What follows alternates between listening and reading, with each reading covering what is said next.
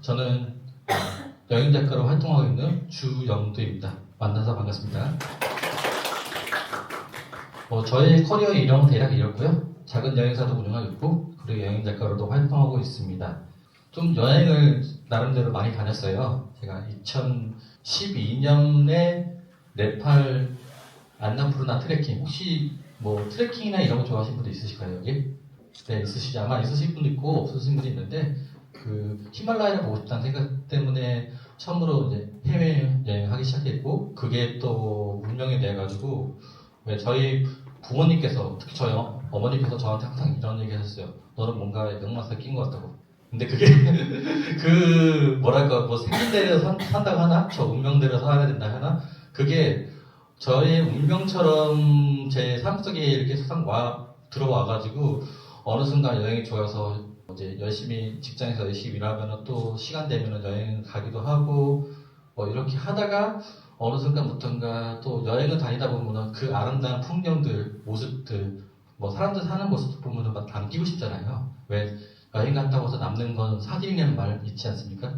그래가지고 사진에 관심이 가게 돼서 사진도 찍게 되고 뭐 사진 여행도 하게 되고 하다 보니까 지금 제가 이 자리까지 와가지고 여러분들 앞에서 여행 얘기도 하게 됐고 또 책도 출간하게 됐고 또 이제 작은 여행사도 운영하고 여행 관련된 전반적인 일들 이렇게 하고 있어요. 근데 제가 지금 여행 관련된 일을 하고 있긴 하지만은 저의 원래 직업은 디자이너였습니다. 예, 보기와 다르게 의외죠. 보기와 다르게 웹 디자이너, 홈페이지 만들고 그 온라인상에서 뭐 전반적으로 돌아가는 여러 가지 프로모션 배너 뭐 그런 것들을 만들었던 사람이고 지금도 하고 있어요. 배운 게 노질이라고 해가지고 지금도 계속 하고 있어가지고 같이 겸해서 하고 있습니다. 네. 그래서 저도 보시면은 이렇게 책도 쓴 게 있어요. 지금 아니면이란 책 네이버에서나 교보문고나 알라딘 보면 있거든요. 책도 쓴 것도 있고 이거는 제가 저희 아내랑 같이 1년 동안 여행했던 당시에 그런 에세이, 스토리가 담겨 있습니다. 예, 그래서 오늘 저희 여행 이야기 들어보시고 뭐 궁금하신 분도 있으시면 한번 찾아보셔도 되구나. 아니면 중간에 제가 퀴즈 같은 것도 내야 될 텐데 퀴즈 맞히신 분들은 제가 책을 오늘 가져왔어야 되는데 네. 제가 그 택배로 해서 보내드릴 테니까요. 끝나고 저한테 한번 오셔가지고 연락처 한번 알려주시면 감사하겠습니다. 제가 한번 찾아보니까 내가 어디를 이렇게 많이 다녔지? 왜 우리가 여행 다니면 구구지도에다가 내가 가고 싶은 지역 그리고 내가 가고자 하는 지역 이렇게 표시를 해놓잖아요. 그래서 제 구구지도에 이렇게 보니까 캡처 화면이거든요. 막 유럽도 많이 다녔고 인도 네팔 많이 다니신 분 보이시죠? 아프리카도 한번 갔었었고 호주는 제가 예전에 대학생 때 워킹홀리데이 당시 2009년도에 워킹홀리데이를 다녔었고 그러다 보니까 좀 많이 다녔어요. 근데 저도 아직 안 가본 지역이 있는데 어딘가요? 한번 맞춰보세요. 맞아요. 근데 미국은 가봤어요. 미국 북미는 좀 그래도 한 번은 가봤고 남미는 저도 아직 안 가봤어요. 남미만큼은 저한테도 아직 미지의 세계입니다. 예, 그래서 언젠가는 남미를 남미가 멀잖아요. 완전 지구 반대편이라서 남미는 저도 한 번은 꼭 가보고 싶습니다. 혹시 여러분 이 중에서 남미 다녀오신 분 있으실까요? 없으시죠? 네. 그래도 한번 기회가 된다면 남미는 나는 한번 가보고 싶다. 대부분 계시네요. 네, 그쵸. 기회가 되면은 한번, 왜, 세상의 끝이라 불리면 아르헨티나의 우레노스 건가? 거기 가면 진짜 멋있다 하고, 어떤 분들은 남미까지 간 김에, 세상의 땅끝까지 간 김에, 남극에 보면 킹조지 섬에 세종과학기지 있거든요? 가깝대요. 간 김에 거기까지 가신 분도 있어요. 예, 그래가지고, 여러분들도 나중에 만약에 기회가 되신다면은, 물론 이제 비용도 많이 들 거예요. 그쪽까지 하는 게. 그리고 기회가 되고 내가 좀 어느 정도 경제적으로 여유가 되시다면 꼭 한번 우리 삶의 인생이 뭐 있겠습니까? 사실 즐겁게 살고 가족들과 행복하게 사는 게 제일 좋은 거니까 그게 제일 행복한 인생이니까 그렇게 살면 또 좋겠고요. 저도 이렇게 여행을 좋아하다 보니까 어느 순간 이게 업이 됐고 그래도 저는 제 스스로 행복한 사람에게 느껴지는 게 내가 좋아하는 일을 하니까 전 그거 자체만으로도 되게 행복한 사람인 것 같아요. 예, 여러분들도 직장 다니면서도 뭐 여러 가지 좋은 내가 사랑하는 일, 내가 좋아하는 일 이런 것도 꼭 하시면은 되게 삶에서 큰 삶의 활력소가 되지 않을까 이렇게 생각하고 있습니다. 오늘 이제 제가 강연 한 달 전에 강연 의뢰를 이제 이렇게 받으면서, 오더 받으면서, 유럽의 크리스마스에 대해서 얘기를 좀 해달라고 하더라고요. 그래서 유럽 여행지에 대해서. 그래서 오늘 제가 나름대로 준비해서 목차를 가져왔어요. 첫 번째는 유럽의 크리스마스 문화 이야기. 그리고 두 번째는, 그러면은, 지금 겨울이잖아요. 만약 여러분들이 겨울에 유럽 여행 가신다면은 어디가 좋을까? 유럽 추천 여행지. 그리고 겨울 유럽 여행 안전 가이드. 네. 그리고 네 번째는 나만의 유럽 여행. 여러분들이 만약 유럽 여행 가신다면 나의 노트를 어떻게 만드는지. 네. 그렇게 해서 마지막은 뭐 Q&A를 해가지고 이렇게 5가지 커리큘럼을 준비했고요. 그래도 여러분들 제가 한번 물어보고 싶은데 유럽은 혹시 다녀보신 분이 계실까요? 아니면 다녀왔거나 이제 계획 중이시다. 네, 두 분, 세 분 계시네요. 선생님은 다녀오셨나요? 유럽? 네. 아, 다 다녀오셨구나. 어떻게 다녀오셨어요? 배낭여행으로? 아, 여행사? 아, 여행사 통해서? 네. 아, 그러시구나. 패키지로? 좋습니다, 좋습니다. 네. 출장으로도? 아, 좋군요. 선생님께서 어떻게, 동유럽 패키지? 네, 좋습니다. 패키지. 맞아요. 유럽 여행은 처음에 입문이 패키지입니다. 그러다가 이제 하나둘씩 내가 자유여행 가볼까? 아니면 무슨 자동차 여행 가볼까? 이거는 다른 여행 가볼까? 여러 가지 테마 섞어서 가게 되거든요. 선생님께서는 어떤 길 다녀오셨어요? 아, 자유여행으로? 맞습니다. 네. 저도 자유여행으로 갔었는데, 저 같은 경우는 자동차, 차를 렌트했죠. 렌트해가지고 다녔었는데, 이거 뒤에서 제가 한번 그 얘기를 할 거고, 우선, 우리도 주제가 그래도 오늘 유럽이고, 크리스마스고, 여행이다 보니까, 먼저 크리스마스에 대해서, 유럽의 크리스마스. 사실 저도 여름에 가가지고, 겨울에 유럽 크리스마스가 어떤 분위기인지는 저도 경험해보진 않았지만은, 제가 이 교육을 만들면서, 이 강의를 만들면서, 제가 가고픈, 그 여러분들한테 한번 같이 이제 이렇게 전달해서 알려주고픈 그 위주로 했거든요. 한번 같이 보시죠. 네.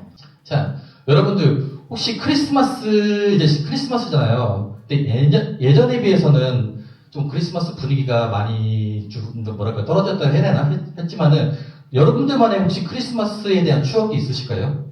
여러분들이 어렸을 때, 크리스마스 때, 친구들과 뭐 했다, 이런 것들. 아니면 봤던 영화. 혹시 그런 거 있으시면 작은 에피소드 있으면 하나씩 말씀해 주시면 감사할 것 같습니다. 네, 이거 정답 없는 거예요. 그냥, 이제, 크리스마스 때 이런 거 했어요. 친구들과 뭐 했어요, 이런 거. 저 같은 경우는, 이 영화를 많이 봤죠. 이건 저뿐만 아니라 다 아실 겁니다. 네, 나홀로 집에. 나홀로 집에는 크리스마스 되면은 항상, 지금도 틀어주나요? 지금 틀어줄런지 모르겠는데, 요즘은 다 유튜브로 보고 하니까, 넷플릭스나 하는데, 우리 때만, 저 어렸을 때만 해도, 당시 TV 틀면, 항상 이 시즌 되면은, 우리 케빈과 함께 했죠. 나홀로 집에 원투. 예. 근데 지금도, 갑자기 저는 오늘 이거 준비하면서, 나홀로 집에 보니까, 다시 한번 보고 싶은 생각이 들더라고요. 원투 해가지고. 그래서, 한번 넷플릭스로, 아니면 유튜브나 넷플릭스 해가지고, 저는 끝나고 한번 보려고요. 여러분들도 한번, 오랜만에 보시면은 이게 어렸을 때 봤던 감정과 지금 또 성인이 돼서 본 감정 보고 또 뭔가 다르겠죠? 아니면은 옛날 생각도 날 테고. 또 이 영화 아시나요? 러브 액츄얼리. 그쵸. 유명하죠. 이거 러브 액츄얼리 다 보셨죠? 러브 액츄얼리라는지 나홀로 집이라는지 되게 유명한 영화죠. 저는 러브 액츄얼리 보면서 그때가 저도 한 20살 때였나 그랬던 것 같은데 제가 짝사랑했던 그 여자한테 유행했었잖아요. 러브 액츄얼리 스케치북으로.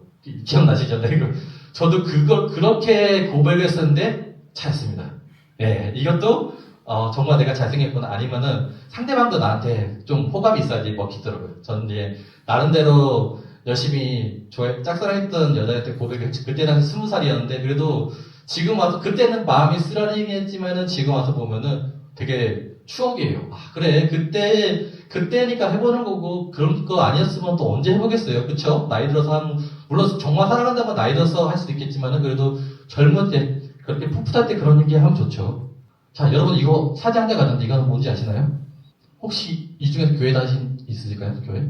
교회에서 크리스마스 되면은 이분들 많이 해요. 새벽성이라고 들어보셨어요?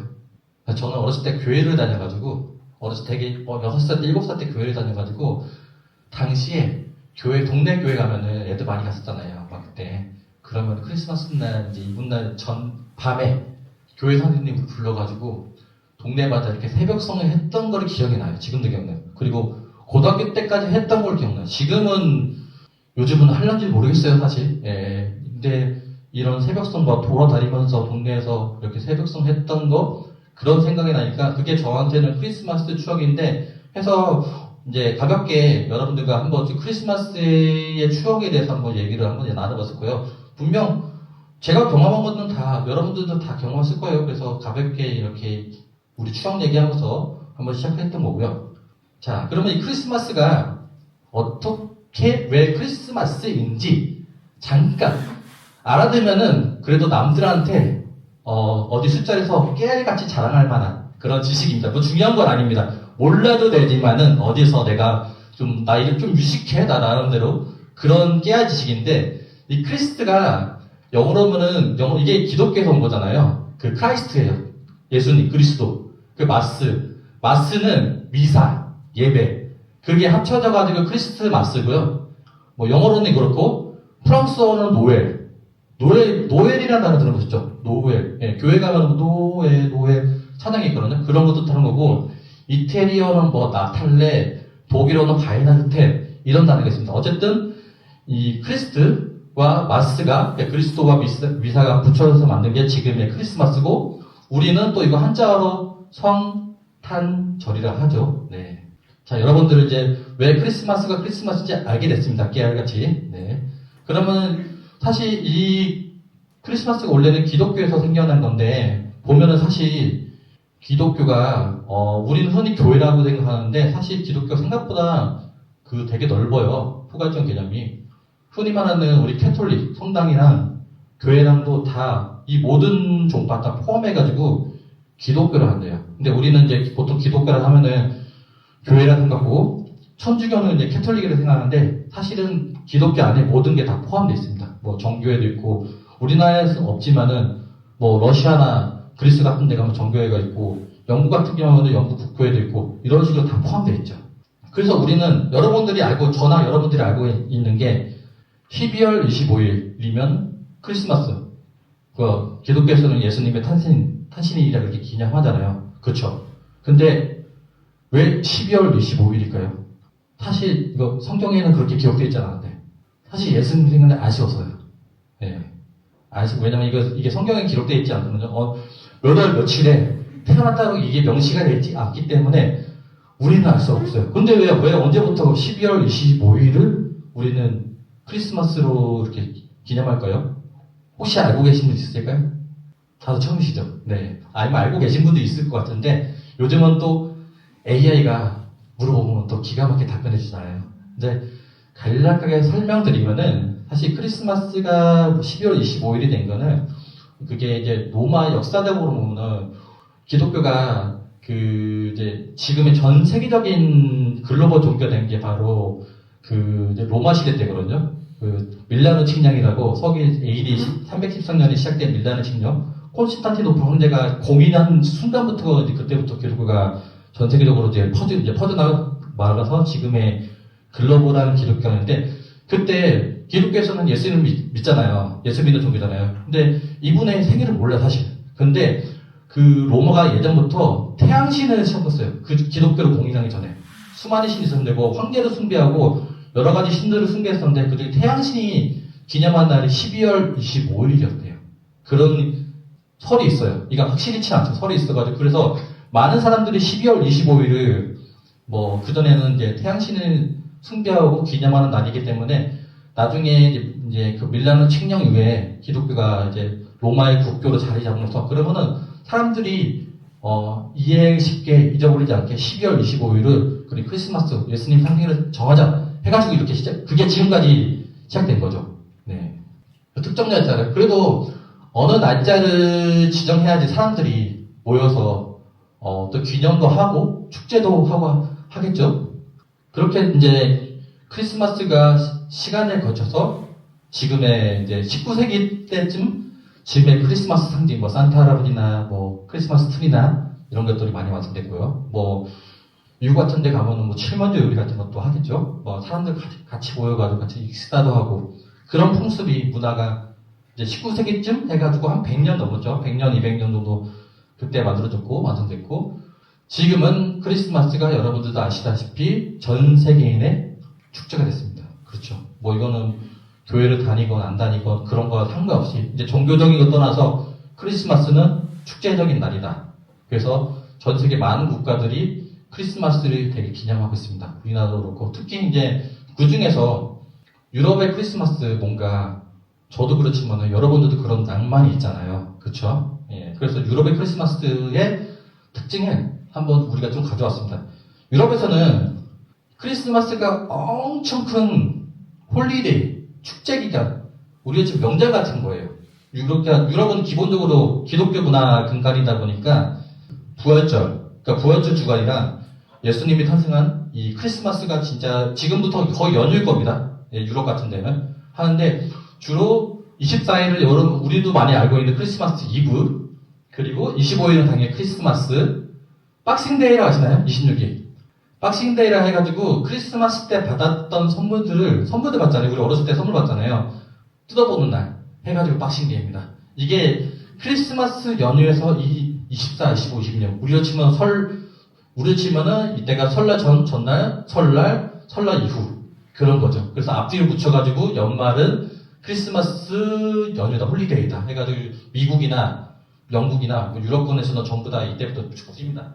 예, 우리는 뭐 그 정도까지는 아니죠. 그냥 크리스마스 하루 쉬고 이분날 좀 그래도 많은 이제 커플들이 나오거나 가족들이 모여서 즐기겠죠. 옆나라 일본 같은 경우는 크리스마스 공휴일이 아니에요. 그거 아셨나요? 그거 알고 계시나요? 네, 공휴일이 아니에요. 그냥 평범한 날인데도 그래도 많은 사람들이 크리스마스를 즐기고 있죠. 자, 그러면은 이제 유럽의 크리스마스 이제 문화 국가별로 한 번씩 하나씩 알아보도록 하겠습니다. 우리 시간 관계상 제가 모든 나라를 다 할 수는 없고 대표적인 몇몇 나라 위주로 할게요. 첫 번째 독일의 크리스마스. 여기는 성탄절만큼 중요한 게 또 강림절이에요. 강림절. 그러니까 이게 뭐 예수님이 내려왔다 그런 건데 크리스마스 전에 4주. 그러니까 이 크리스마스를 준비하는 시기까지 해가지고 되게 중요하게 여기는데 특징이 화관이나 촛불 있잖아요. 집집마다 화관과 촛불을 장식을 해요. 마치 우리가 크리스마스 트리를 만드는 듯이. 그래서 여러분들이 사진에 보시다시피 이런 커다란 초 4개를 준비해서 크리스마스 올 때까지 계속 킵니다. 이게 독일의 크리스마스의 특징 중 하나고요. 그러니까 다른 지역보다 좀 이 준비하는 기간, 강림절을 되게 중요시 여긴다. 독일 하면 또 제일 유명한 게 바로 이 크리스마스 마켓입니다. 크리스마스 마켓. 여러분들 크리스마스 하면 유럽의 크리스마스 우리가 뭐 인스타그램이나 뭐 유튜브나 검색해 보시면은 되게 많이 나올 거예요. 여기가 이제 물론 독일뿐만 아니라 유럽의 각 지역들 프랑스도 있고 뭐 스페인도 있고 영국도 있고 각 지역마다 크리스마스 마켓이 열리는데 특히나 제일 유명한 데가 바로 독일입니다. 여기는 지금 이 독일의 크리스마스 마켓이 열리는 풍경 모습이요. 진짜 아름다운데 사진만 보면 조금 이런 풍경이거든요. 되게 낭만적이죠. 예. 최근에 서울의 광화문 광장 가보니까 제가 며칠 전에 광화문 광장 갔다 보니까 광화문 광장에도 크리스마스를 기념하는 이런 회전목마가 설치됐어요. 울산은 어떤지 모르겠네요. 울산 같은 경우는 울산 사람들은 혹시 서울에 그런 광화문 광장 같은 데가 있을까요? 없어요? 아, 그러면 혹시 뭐 트리 같은 거 그런 거 있을까요? 그쵸, 그런 거 있죠. 예. 근데 유럽은 이런 게 더 훨씬 많이 발전되고 되게 더 아름답고 더 풍성하다 볼거리가. 제가 영상을 좀 몇 개 가져왔어요. 그래서 영상으로 같이 볼게요. 요즘 또 영상 시대니까.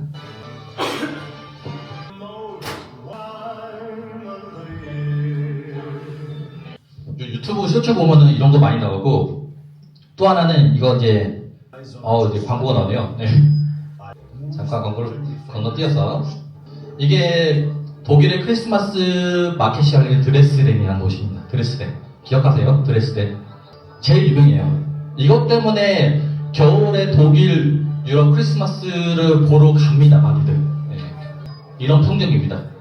막 사람들 와서 맛있는 거 먹고 마켓처럼 열리기도 하고 뭐 한번 중간중간 띄엄띄엄 볼게요. 이렇게 기념품도 만들어서 많이 팔아요. 볼거리가 되게 많죠. 자, 또 몇 개 더 볼게요. 분위기만으로도 되게 뭔가 로맨틱하거나 황홀하죠. 가고 싶은 생각이죠. 또 독일 맥주가 유명하잖아요. 맥주도 여기서 그 현장에서 마켓에서 맥주도 마시고, 네. 분위기가 엄청 좋습니다. 이거 보러 사람들이 이 마켓에 보이는 호텔이 있거든요, 드레스덴에. 거기에서 숙박을 많이 해요.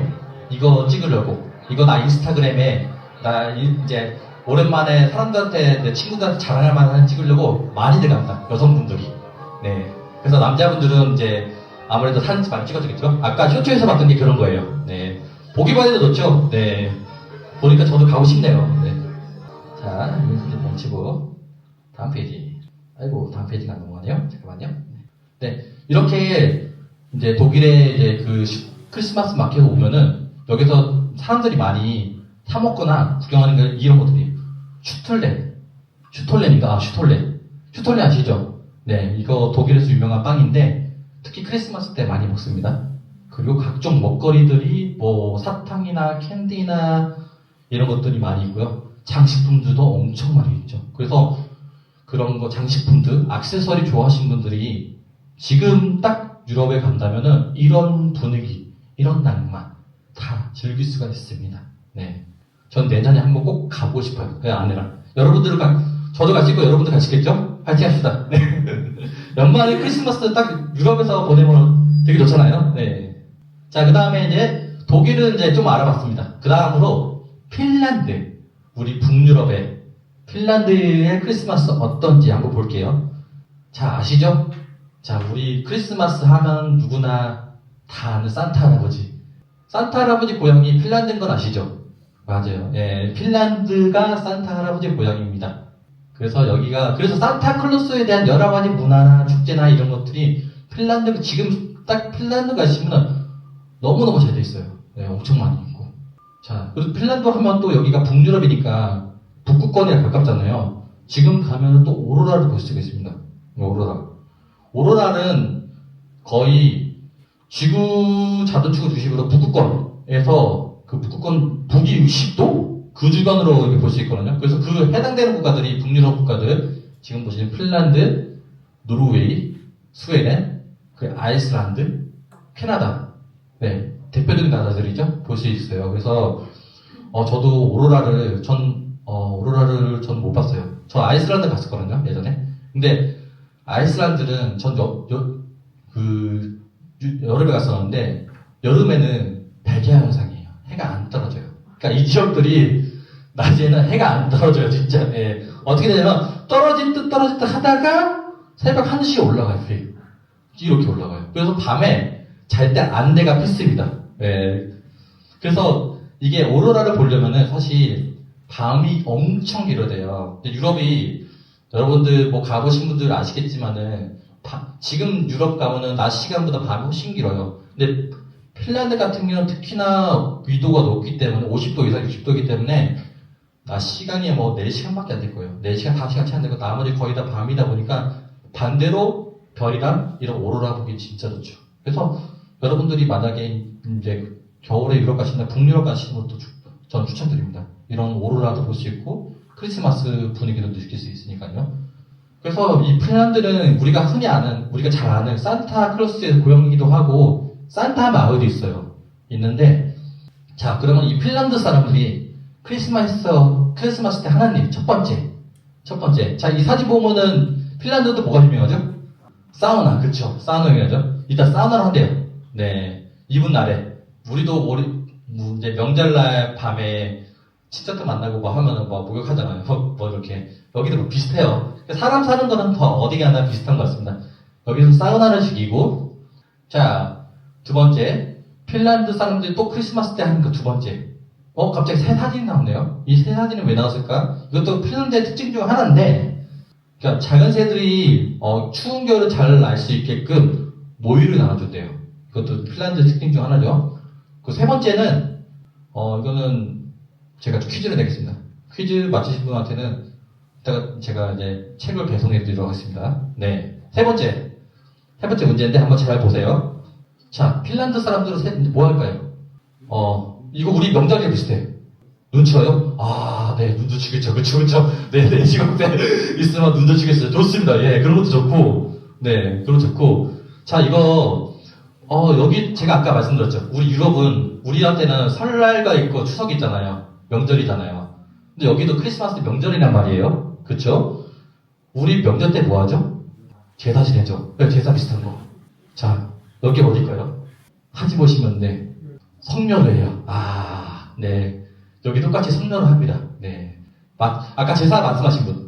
아까, 네네네. 이따가 제가 저한테 오시면은 끝나고 제가 책을 배송해 드리도록 하겠습니다. 네. 제사랑 뭐 성묘랑 비슷하니까요. 마찬가지예요. 여기도 유럽 사람들도 가족 중심 문화예요. 그러다 보니까 우리도 설날 때는 아니죠. 보통 추석 때 많이 하죠. 그래서 추석 보통 앞두고 막 조상님들 우리 벌초하잖아요. 여기도 마찬가지로 이제 크리스마스 되면은 같이 가족들과 함께 조상들 묘를 찾아가요.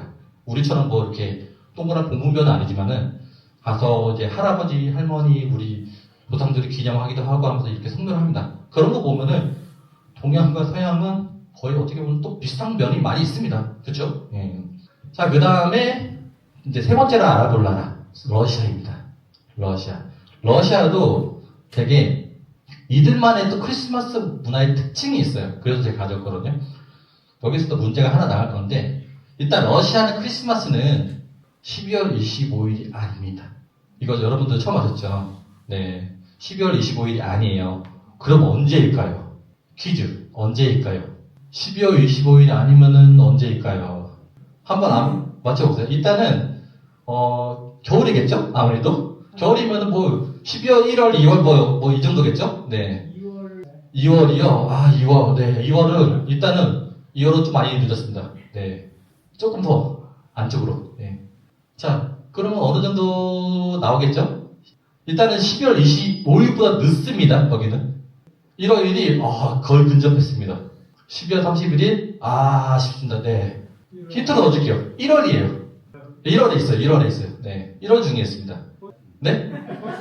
홀수였던가 짝수였던가 홀수 같아요. 홀수 보니까 홀수 같네요. 네. 1월 5일. 네, 이제 답이 이제 점점 좁혀납니다. 네, 1월 5일. 네. 다음. 네. 1월 10일. 진짜 많이 좁혀졌다. 많이 좁혀졌어요. 1월 11일? 네네네. 진짜 많이 좁혀졌어. 약간 우리가 관역에서 보면은 거의 중앙에서 살짝 비껴놨어요. 1월 7일. 1월 7일. 네, 답이 여러 가지 나오는데 1월 7일 맞습니다. 와, 선생님 제가 이따가 저한테 오시면은 제가 책 선물해 드릴게요. 네. 1월 7일이에요. 크리스마스가. 왜? 근데 왜 다른 나라들은 전부 다 12월 25일 날 크리스마스를 하는데 왜 여기만 그렇게 하지? 그 이유가 있을 거 아니에요. 보니까 우리도 음력이라는 거 쓰잖아요. 동양권에서는. 근데 여기도 마찬가지로 러시아는 원래 율리우스역이라고 썼대. 율리우스. 그러니까 이거는 러시아 정교에서 쓰는 전통 달력입니다. 우리가 예전에는 음력으로 셌고 지금도 이제 어르신들은 음력생으로 하시잖아요. 저희 부모님들도 음력으로 세시거든요. 마찬가지로 여기 러시아도 불과 100년 전까지만 해도 율리우스력을 썼었는데 한 1920년대, 10년대 그때쯤 러시아 혁명쯤 해가지고 지금의 우리가 흔히 쓰고 있는 글로벌 스탠다드를 불리는 양력. 이 양력을 그레고리역이 하거든요. 양력을 쓰게 됐어요. 하지만은 이제 크리스마스만큼은 아직까지는 율리우스력을 따르고 있는데 이 율리우스력은 우리가 현재 쓰고 있는 그레고리역보다 약 13일 정도 차이가 납니다. 13일 정도 아셨죠? 네. 근데 생각보다 그 나라만의 달력을 쓴 나라들이 생각보다 꽤 있어요. 생각보다. 우리가 지금 이제 양력 그레고리역은 글로벌 스탠다드긴 하고, 뭐 가까운, 어디죠? 거기보다는, 예를 들면 전 네팔을 많이 가다 보니까 네팔만 해도 네팔도 전통 달력이 있어요. 산바트로 해가지고. 네팔 달력으로 지금이 몇 년도인지 아세요? 지금 2025년이잖아요. 네팔 달력으로는 지금 2084년입니다. 그들만의 달력이 있고, 심지어 숫자도 달라요. 그래서 외국인들은 제가 오늘은 여기서는 가져오지 못하게 했는데, 나중에 한번 찾아보세요. 네팔 전통 달력 하면은, 그들만의 달력이 있고, 또 숫자도 우리가 흔히 말하는 그런 아라비아 숫자가 아니에요. 못 알아봐요. 저도 못 알아봐요. 그런 특징이 있고, 또 이슬람 쪽 국가들, 중동 국가들도 나름대로 그들만의 달력이 있습니다. 이슬람 국가는 아무래도 이 그레고리역이 기독교 쪽, 그러니까 예수님 탄생의 기점을 해가지고 세모다 보니까 중동 국가들, 이슬람 국가들은 아마 그 마호메트 기준으로 이렇게 무함마드 기준으로 이렇게 하거든요. 그래서 제가 알기로는 지금 중동력으로 치면은 걔네는 1400 몇 년이에요. 저도 정확한 숫자는 지금 한번 찾아봐야기 때문에 그 정도로 이제 좀 나라마다 국가별로 민족별로 좀 이제 다른 게 있다. 그런 것도 알고 계시면 참 이제 재밌습니다. 예. 세상을 어떻게 보면 참 넓죠. 그리고 또 하나 제가 문제를 하나 낼게요. 러시아는 산타클로스가 없대요. 네, 산타클로스가 없대요. 그럼 뭐야? 산타클로스는 뭐야? 근데 산타 비슷한 게 있대요. 되게 독특하죠. 이 러시아만의 그게 문화인데 그러면 그 러시아의 산타클로스는 뭘까요? 네, 저도 이거는 사실 준비하면서 알게 됐어요. 저도 이거 사실 준비하면서 알겠는데 이건 진짜 어려울 거예요. 네, 이렇게 생겼대요. 그럼 뭐야? 사진 보니까 그 산타클로스랑 다른 게 뭐 있어? 거의 비슷하죠. 근데 자세히 보면 달라요. 원래 산타는 우리 루도프잖아요. 루도프 사슴코라 하잖아요. 사슴이 슬록이 정확히 말하면 슬록이었는데 이거는 그래 백마예요. 그게 좀 다르고 근데 그거 빼고는 썰매 타는 거랑 복장이랑 차이는 없어요. 차이는 없는데 이름이 제드마로스래요. 제드마로스. 그러니까 러시아의 산타라고 생각하시면 됩니다. 근데 크게 비슷해요. 근데 이 제드마로스는 손녀가 있어요. 손녀. 예, 손녀가 그게 딸이 아니고 그 한 대 걸러서 손녀가 있는데 그 손녀가 이름이 얘예요. 이 형님이에요. 이쁘죠? 눈소녀라 불리는 제드마로스의 손녀래요.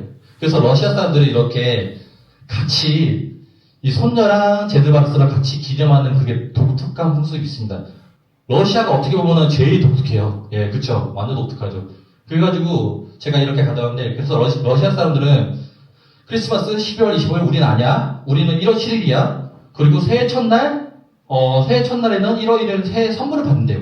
그게 좀 러시아가 유럽이긴 하지만은 유럽과 뭔가 좀 다른 그들만의 특징이 있는 나라가 바로 러시아입니다. 아셨죠? 네. 나름대로 되게 재밌는 사실을 가졌는데 저도 이번에 이거 준비하면서 러시아에 산타가 있다는 거 저도 알게 됐거든요. 야, 되게 신기해가지고 여러분들한테 가져갖고 소개하게 됐습니다. 그래서 여러분들이 나중에 뭐 러시아를 가실 일이 있거나 아니면 러시아 사람 만나게 된다면은 니네 산타가 아니라 제드마로스를 한다면 또 그 손녀딸이 있다면 깜짝 놀랄 거고 니네가 그거 어떻게 하냐고. 네. 어디 갔어나 되게 이제 자랑하면은 나름대로 너 좀 유식하다 그런 얘기 들을 수 있는 그런 정보들을 여러분들 알게 됐고 이렇게 해서 이제 유럽의 유럽 각 나라마다의 이제 그런 크리스마스 특징과 문화를 좀 알아봤어요. 그래서 뭐 영국도 있고 사실 프랑스도 있고 뭐 스위스도 있고 다 이제 그 나라들마다 크리스마스 특징이 있긴 하지만은 사실 이제 대표적인 나라들 몇 가지 가져왔고 러시아가 좀 독특해가지고 제가 여러분들 앞에 소개를 해드렸습니다. 네, 자 이렇게 보면은 한 번은 우리가 기회 되겠다면은 러시아뿐만 아니라 한번 유럽을 한번 크리스마스 때 가면 참 좋겠죠. 자 그러면은 두 번째 파트로 넘어가서 그렇다면은 우리가 유럽을 여행한다 해요. 여러분도 유럽 여행 관심 많으시죠? 네, 어차피 나중에 기회 되면 가보실 생각도 있으시고 제가 여러분들한테 이번 시간에 소개해드릴 여행 방법은 자동차 여행이에요. 유럽. 네, 유럽을 차를 렌트해가지고 이제 자동차 여행 방법인데 자 제가 이제 한 영상을 하나 보여드릴게요. 제가 당시에 원래는 처음에는 지갈 때는 제가 원래는 이제 넣지 않았는데 오늘 이제 가져오면서 이거 보여드리면 좋겠다는 생각이 들어가지고 당시 저희 부부가 유럽 자동차 여행을 했을 때거든요. 네. 이게 이제 제가 이제 거의 유럽을 거의 좀 이제 한 바퀴 다 돌고 마지막에 이제 파리에서 빌려가지고 파리에 반납하는 곳에서 한 바퀴 돌고 그래서 돌아오는 길이었는데 유럽 같은 경우는 거의 우리나라랑 똑같아요. 교통 표지판도 그렇고 뭐 운전하는 방향도 그렇고 똑같아요. 그렇기 때문에 크게 어렵진 않았고 그리고 차 뭐 운전하는 매너도 유럽 사람들 괜찮고 해가지고 되게 운전을 좋아하시는 분들이라면 저는 자동차 여행도 한번 추천드려요. 괜찮거든요. 해보니까. 예. 근데 유럽은 이런 게 있습니다. 우리나라 대부분 차가 오토잖아요. 근데 여기는 거의 대부분 스틱이에요. 스틱차라서 나중에 여러분들이 유럽에서 차를 렌트하시면 따로 오토차로 따로 이거를 옵션을 체크해 두셔야 됩니다. 그게 안 그러면 그냥 스틱 차로 나갑니다. 그래서 요즘 스틱 운전을 혹시 하시는 분 있으실까요? 일종 보통 따면 보통 이제 스틱으로 하는데, 나 스틱 미러는 할 수 있다. 스틱 운전 할 수 있다. 무슨, 네, 하실 거 아시고. 두 분 계시네요. 세 분. 네, 저도 스틱으로 역에서 많이 연습했습니다.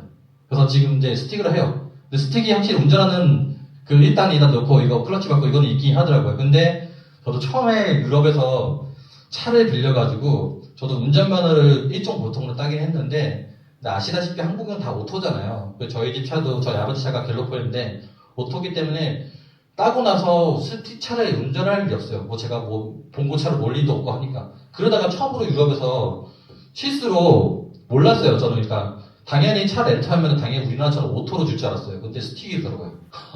스틱 차로 주더라고요. 그래서 순간적으로 딱 본 게 뭐지? 스틱인데? 그러니까 아예 스틱을 못 한다면은 거기에서 얘기해서 뭐 추가 비용 내도 뭐든 내든 간에 바꾸겠죠. 근데 그래도 일정 보통으로 한번 딱 때문에 스틱이 배웠던 게 남아있어가지고 그래 한번 해보자 해가지고 했어요. 파리에서 스틱차 기아 1단 넣고 처음에 시동 켰는데 드르르르 거리다 또 꺼지잖아요. 이거 스틱차 운전해보시면 아실 거예요. 그러다가 몇 번 꺼트리다가 어떻게 하다 보니까 시동 걸렸어요.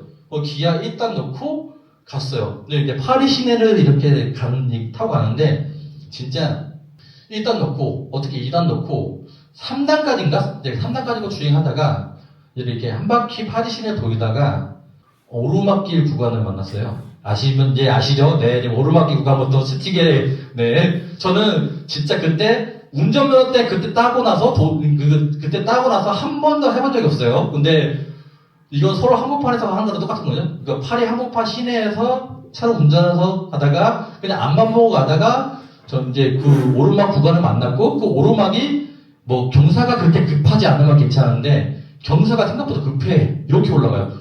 3단으로 해서 올라갔어요. 보통 그렇게 되면 이제 2단, 2단 놓고 해야 되잖아요. 근데 그것도 모르고 3단으로 놓고 가는데 차가 더더더더더더더더 처음 시동 두루룩 꺼진 거예요. 그래가지고 꺼졌으니까 그때부터 이제 시동 꺼졌다 해가지고 일단 브레이크 밟고 시동 켜고 가려고 하는데 차가 계속 꺼지는 거야. 꺼지면서 뒤로 밀리는 거야. 근데 하필이면 그 도로가 지금도 기억나네요. 그 도로가 일방통행 도로였어요. 예, 일방통행 도로. 저 때문에 뒤에 있는 차는 다 막혔어요. 그래가지고 당시 뒤에 이제 프랑스 사람들이 뭐 앞에 차가 못 가고 빌비대고 있으니까 나와가지고 왜 그러는 거냐 나와가지고 뭐 알아보고 하다가 저희는 당황해가지고 차가 밀린다. 계속 밀린다. 안 간다. 시동까지 밀린다. 차는 계속 밀리는 거예요. 이러다가 뒤에 차 바뀌었어. 예, 첫날부터 해가지고. 그래가지고 무항정을 하다가 뒤에 이제 우리 도와주신 분이 그때 버스 기사님이었어요. 미니버스. 그분이 보더니 자기가 해결돼. 그래서 자기 타는데 근데 웃긴 게 그분도 차가 밀리는 거예요. 그러니까 그분들은 원래 프랑스 현지 사람들은 기본도 수동이니까 이게 익숙해요. 근데도 밀리는 거예요. 그분도. 이건 차가 문제가 있나 보다 해가지고 어떻게 해가지고 차를 다행히 뒤 옆에 공간이 있었어요. 차를 그쪽으로 뺀 다음에 그 다음에 이제 다른 차들이 지나가고 급하게 렌트카 전화해가지고 차량 정비팀이 왔어요. 기다리다 보니까 차량 정비팀이 와가지고 이제 봤는데 그 정비기사가 계속 차를 점검하고 테스트하고 있는데 차에 문제가 없다는 거예요. 차에 문제 없는데 네가 한번 중에 해볼래? 저한테 그런 거예요. 그래서 제가 알겠다고 해가지고 다시 시동 켜고 한 바퀴 돌고 이렇게 다시 돌아오고 나서 이제 시동 끄고 나서 차가 문제가 없는데 아까 전만 해도 분명 뒤로 밀렸는데 하다가 그 이제 기사도 이제 정비기사도 알 수 없다니까 왜 그러지 하다가 이렇게 하다가 그리고 나서 제가 시동거 다시 켜려고 이제 1단도 빨리는데 차가 또 밀리는 거야. 그래서 차가 밀린다 또 꺼진다. 나 당황해가지고 그 기사 불러가지고 이것 봐라 안 된다 하니까 기사가 이제 제가 운전하는 걸 가만히 보더니 갑자기 어이없다는 듯이 웃으면서 그 상태에서 반클러치 살짝 밟은 상태에서 지그시 엑셀 차 올라간다 이런 거예요. 근데 그거를 몰랐었던 거예요. 그때 당시에는 운전은 스틱으로 운전한 적이 없다 보니까 그렇게 해보니까 반클러치에서 드르르 떨릴 때 그 엑셀을 지그시 밟으니까 차가 앞으로 나가는 거예요. 그때 알게 됐어요. 그러더니 이제 그 정비기사가 어이없어가지고 헛웃음을 하더라고요. 그래서 미안하다 죄송하다 내가 몰랐었다 했지만은 그래도 그분이 됐다 그래도 뭐 알게 됐으니까 다행이고 안전운전 하면서 그런 에피소드가 있었거든요. 되게, 그때만 생각해도 되게 진짜 식은땀이 흘렀었는데, 그래서 제가 이 말씀 왜 드리냐. 그러니까 여러분들, 우리나라 사람들은 다 오토에 너무 다 익숙해졌다 보니까, 만약에라도 여러분들이, 꼭 유럽뿐만 아니라 미국도 그렇고, 이제 차를 만약에 렌트 받으신다면은 꼭 오토인지 체크하시라. 네. 그거 꼭 체크하시라. 안 그러면 심히 당황스럽습니다. 네. 물론 저는 다행히 사고는 안 나고, 그래도, 이제 그 스틱을 좀 어느 정도 연마를 해가지고 이제는 이제 익숙해져가지고 지금도 종종 시트차 몰일 있으면 몰아요. 예. 제 고등학교 때 친구 있는데 그 친구 갤러퍼 옛날 거거든요. 93년식 옛날 갤러퍼 시트차예요. 그래서 그거로도 가끔 몰고도 하는데 어쨌든 되게 그런 이제 되게 재밌는 에피소드가 있었을 거예요. 네. 계속 이어가서 자, 이 자동차 여행을 하시면은 일단은 첫 번째 장점이 이동이 자유로워요. 이게 제일 큰 장점인 것 같아요. 그러니까 내가 원하는 날, 원하는 시간에 가다가도 중간에 뭐 좋은 풍경 있으면 거기서 보기도 하고 그런 게 자유로운 이동이 제일 첫 번째는 제가 생각하는 가장 큰 장점인 것 같고 두 번째는 비용이 좀 많이 절감됩니다. 예, 비용을 세이브할 수가 있어요. 그러니까 어떤 면에서 세이브할 수 있냐? 뭐 저희는 유럽을 그때 자동차 여행했을 때 캠핑장을 들어다녔어요. 유럽은 캠핑장이 되게 잘 돼 있어요.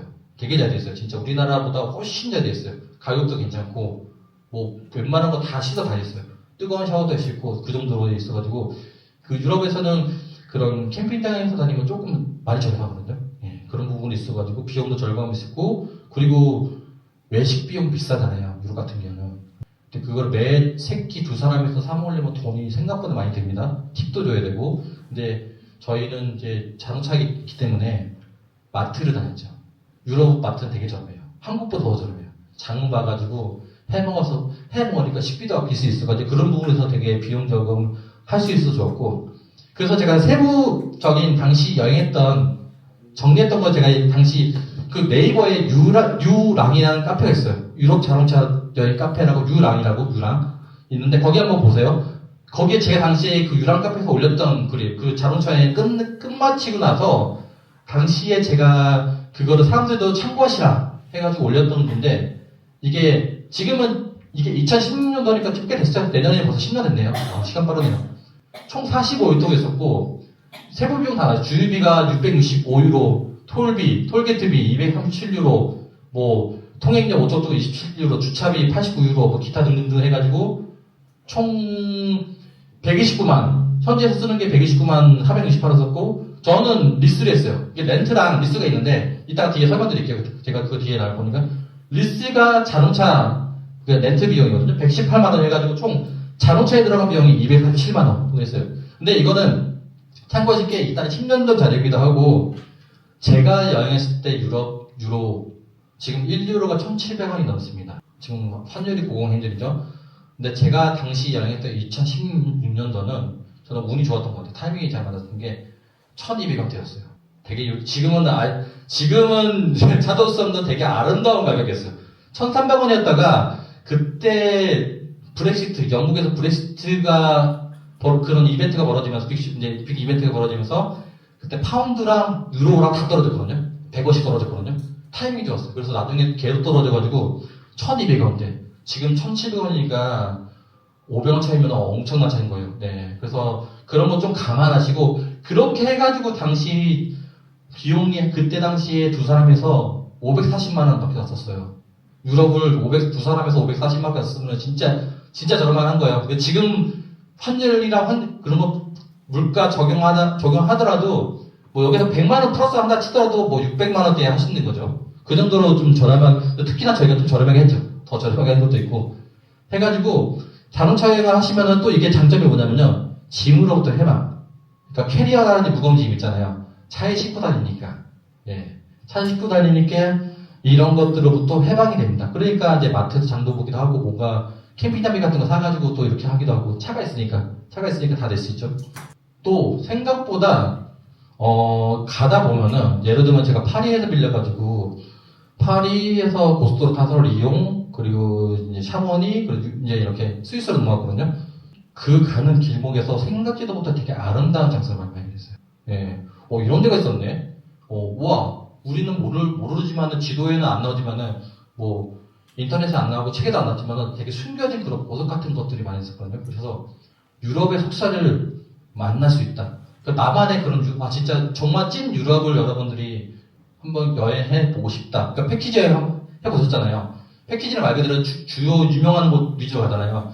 근데 그거 말고 그건 가장 기본 베이스 같은 거고 그 유럽 여행을 입문하신 분들이 입문자고 쓰고 정말 나 제대로 유럽은 제대로 하고 싶어 여행하고 싶어 그러시면은 저는 자동차 여행을 적극 추천드립니다. 예, 그러니까 이게 그런 이제 큰 도시를 벗어나면은 그 외곽 지역을 운전하기 좋아요. 차도 많이 안 다니기도 하고 운전하기 편합니다. 예, 그리고 그런 휴게소도 되게 잘 돼 있어요. 되게 잘 돼 있어가지고 뭐 그런 것도 잘 누릴 수도 있고 해가지고 저는 이런 자동차 여행을 되게 추천드리고 그러면은 유럽에서 차를 어떻게 렌트할까? 자, 렌트하는 방법에 대해서 제가 좀 알려드리겠습니다. 일단은 유럽은 이제 차를 렌트하기 전에 차 종류가 여러 가지 있겠죠? 승용차, 그리고 패밀리카, 캠핑카 이렇게 나눠져 있어요. 다 각각의 장점과 특징이 있습니다. 그러니까 여러분들 상황에 맞춰서 하면 되는데 만약 부부가 가신다. 두 분이 부부가 이제 여행 가신다 하시면은 저희는 이제 부부로 갔기 때문에 이런 승용차 한 2인 3인용 그런 소형차 같은 걸로 해가지고 다니시면 되게 좋고 일단 유지 비용도 적게 들고 그리고 주유비도 이제 작은 차니까 많이 먹진 않겠죠. 이거 이제 그런 게 장점인데 단점은 공간이 좁다 그런 거 있겠죠. 두 번째는 패밀리카 가족들이랑 여행 다닌다. 보통 우리나라도 패밀리카 하면은 카니발이 유명하잖아요. 여기도 그 카니발 비슷한 게 있어요. 유럽에서도 그 시트로엔이라든지 푸조가 많이 있는데 아니면 독일 가면 BMW 벤츠 많이 있고 네. 패밀리 가족들과 함께 자녀분들과 아니면 부모님 모시고 유럽 여행을 하신다면 자동차를 하신다면은 패밀리카도 추천드립니다. 네. 이건 확실히 차가 공간도 넓고 그리고 이제 편하죠. 안락하니까 되게 여행하기 괜찮고요. 단점은 조금 비싸겠죠 아무래도 소형차보다는. 그리고 마지막으로 세 번째는 캠핑카가 있어요. 유럽이 캠핑카가 진짜 잘 돼 있어요. 캠핑카가 너무 잘 돼 있는데 캠핑카는 말 그대로 차 안에 숙식까지 다 해결돼요. 그러니까 차 안에 캠핑카 보셨죠? 혹시 캠핑 좋아하시는 분 있으세요? 캠핑 하시는 분 있으세요? 우리나라도 요즘 캠핑 좋아하거나 캠핑 이런 거 하시는 분들 요즘 종종 보면은 캠핑카 많이 보이는데 이제 이런 캠핑카 안에서 숙식도 해결할 수 있고 그러니까 이거는 비싸긴 하지만 이 셋 중에서 제일 비싸긴 하지만은 숙식을 해결할 수 있다는 게 가장 큰 장점입니다. 그렇게 보면은 그 호텔 비용, 숙박 비용 세이브할 수 있고 식사 비용도 세이브할 수 있고 어떤 면에서는 캠핑카가 더 나을 수도 있어요. 예. 그래서 여러분들의 상황에 맞춰서 하시면 되고 이제 그런 것들 찾아주는 이제 예약해주는 사이트들이 있는데 허츠라고 있습니다. 허츠 있는데 이 렌트카 첫 번째 렌트카다 그리고 리스에 대해서 설명드릴게요. 저 같은 경우는 리스를 했어요. 근데 리스가 뭐고 렌트카가 뭐냐? 리스는 아시죠? 여러분들 만약 신차 사면은 리스로 많이 하잖아요. 그걸 리스한 개념인데 자 이제 지금 하나씩 분석 비교를 해드리겠습니다. 일단 리스 저는 리스를 했어요. 어떨 때 리스를 하기 좋냐? 첫 번째 약간 겹치긴 한데 원래 나쁘진 않은데 장기간 20일 이상 유럽을 여행을 하신다면 리스가 유리합니다. 비용적 면에서. 근데 20일 미만이시면은 뭐 10일 정도 하시면은 그때 렌트카가 날 거예요. 그래서 20일 기준으로 해가지고 장기간 여행할 때는 리스가 없습니다. 그 리스는 말 그대로 새 차예요. 내 명의로 새 차를 받는 거예요. 그렇기 때문에 그 기간 동안에는 저희는 45일 정도 차를 리스했었거든요. 그 기간 동안만큼은 내 명의로 했던 내 차예요. 그게 렌트랑 조금 다른 거겠죠? 그리고 뭐 세부 옵션 같은 거 다 새 차기 때문에 근데 다 그런 거 지정할 수 있고 면세 혜택이 돼요. 이 리스는 유럽 이제 EU 시민권, 유럽 시민권 가지고 있는 사람도 안 됩니다. 오직 우리 같은 외국인들만 해당되는 조건이에요. 그리고 유럽 전역에 픽업 반납 센터가 다 있습니다. 그러니까 여러분 저 같은 거는 파리에서 빌려가지고 파리에서 반납하겠는데 여러분들이 이제 루트를 짜실 때 나는 뭐 파리에서 빌려가지고 로마에서 반납하겠다. 아니면 나는 스페인 마드리드에서 반납하겠다. 그에 따라서 픽업 반납 장소가 있습니다. 근데 이게 모든 자동차 회사가 다 그런 건 아니고요. 저 같은 경우는 그 시트로잉이라는 차 있거든요. 프랑스 차 회사에 아시죠? 시트로잉이라고. 우리나라에도 요즘 최근에 들어온 것 같긴 한데 아직까지는 많지 않은데 유럽은 생각보다 시트로잉 푸조 많이 있어요. 그 BMW 벤츠도 많이 있고. 거기에 보시면은 이제 웬만한 유럽의 대도시들은 차량 인수 반납한 데가 있으니까요. 그런 것도 꼼꼼하게 확인해 보시면 되게 도움이 되실 겁니다. 그래서 이제 리스하는 업체가 크게 두 가지예요. 시트로엔과 푸조 이 두 가지가 있거든요. 네. 제가 사이트 링크를 걸어놓은 게 있는데 네. 한번 잠깐 볼게요. 이게 지금 시트로엔 유로패스 해가지고 여러분들이 만약에 이제 자동차 여행을 하신다면 여기서 차를 리스하는 겁니다. 여기서 찾아봐가지고 보시면은 이제 국가 도시 찾으실 수 있죠? 내가 예를 들면 파리. 자, 파리. 그럼 파리 하면은 샤르두고 공항과 오를리 공항 두 가지가 있는데 우리나라에서 인천에서 이제 파리 가는 거는 다 거의 다 샤르두고 공항 갑니다. 그래서 샤르두고 공항 하시고 뭐 센터북이 뭐 이렇게 있고 센터북에 누르면은 위치가 나와요. 보시죠? 이렇게 예, 웬만한 지역에 다 있었다는 거. 그리고 리턴 반납을 뭐 내가 예를 들면 로마에서 하겠다. 로마. 그럼 로마에 무슨 다빈치 공항 이렇게 해가지고 나오겠죠? 뭐 일정은 나는 뭐 내년 1월 1일부터 1월 30일까지 때문에 예약 누르면은 그런 그 기간 동안에 예약하시는 차량들이 이렇게 나와요.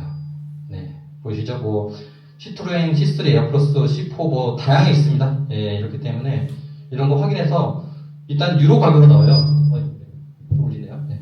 유로 가격으로 나오는데 지금 뭐 시트로엔 C3 같은 경우는 1827유로 정도 하네요. 예. 근데 여기에 이제 확인하셔야 될 게 보험이 포함된 건지 뭐 이런 것도 여러 가지 옵션 사항들이 있어요. 그런 것들도 옵션 사항을 예를 들어 한번 볼게요. 그러면 한번 예를 들어 한번 해봅시다. C3를. 그러면 여기 나오죠. 1월 1일날 파리 샤르드공항에서 뭐 빌려가지고 31일날 로마로 반납한다. 총 31일 정도 이거를 이제 우리가 리스를 하고 차량의 이 모델이 이렇게 되고 내비 이거 이제 자세한 사항 나오는데 내비 있고 이 차는 오토네요. 그래도 오토차로 돼 있고 휘발유 차량이고 뭐 이제 오리진 차량이고 기본적으로 이렇게 나와요. 그리고 만약에 이제 더 추가된다. 우리가 이제 1월 30일날 원래 반납을 하려고 했었는데 추가로 이제 더 연장되면은 그러면 하루에 23유로면 지금 한 환율로 대략 한 3만 원 후반대 되겠죠? 그 정도 되겠죠? 4만 원 정도 되려나? 네. 해가지고 뭐 할인 붙여가지고 이 가격이 된다. 해서 다음 누르면은 옵션들이 이렇게 나와요. 세부 사항들이.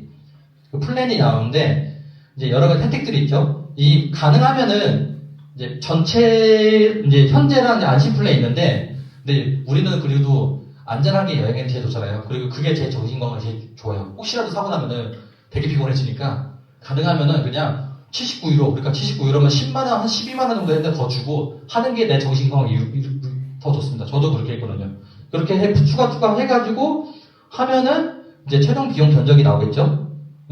그리고 만약에 아이가 있으신 분들 육아 시트, 뭐 영아 시트 이런 것도 추가 하시면 또 이렇게 나오고 해가지고 토탈 총 비용이 나오게 됩니다. 이런 식으로 여러분들이 이제 직접 이렇게 인터넷 통해서 하실 수 있고요. 푸조도 마찬가지예요. 푸조도 마찬가지고. 자, 일단 이 조건이 있어요. 제가 아까 이제 서두에 말씀드렸죠? 일단 유럽 국가 시민이 아닌 외국인, 만 18세 이상의 운전면허 취득자예요. 그래서 이런 식으로 흘러갑니다. 견적 요청하고, 견적을 회신해서 예약 요청하면은 예약금을 입금해요. 입금하고, 그 예약금은 계좌 이체도 되고, 카드 결제도 돼요. 예. 그거 이제 그때가 편한 걸로 하시면 되고, 확정되면은 확보 관련된 여러 가지 출고 계약된 서류들을 주거든요. 메일로 받아가지고, 이제 결제, 최종 잔금은 이제 픽업 전에, 그때 이제 현장에서 결제할지, 아니면은 카드를 할지 그때 결정하시면 됩니다. 예. 카드든 그 현장에서 이제 캐시로 하시던 그 편한 대로 하시면 돼요. 그 계약서는 이렇게 돼요. 그 당시 저희는 시트로행으로 했었는데, 시트로행이 푸드보다 조금 더 싸가지고 저희 했어요. 그래서 이제 이게 계약 서류예요. 보시면은 제 이름, 그러니까 제 이름은 당연히 이제 제 영어 여권상에 있는 내 이름으로 하셔야 됩니다. 반드시 여권상에 있는 영문 이름 스펠링 틀리지 않게 하셔야 되고 뭐 주소랑 다 이거 영어로 작성하신 다음에 확인하신 다음에 이제 사인 하시면 돼요. 이 과정도 다 온라인으로 돼요. 뭐 현장에서 가지 않으셔도 다 온라인으로 이제 서류 주고받고 이제 사인할 수 있기 때문에 이거 참고해 주시면 되고요. 자, 그 다음에 이제 렌트.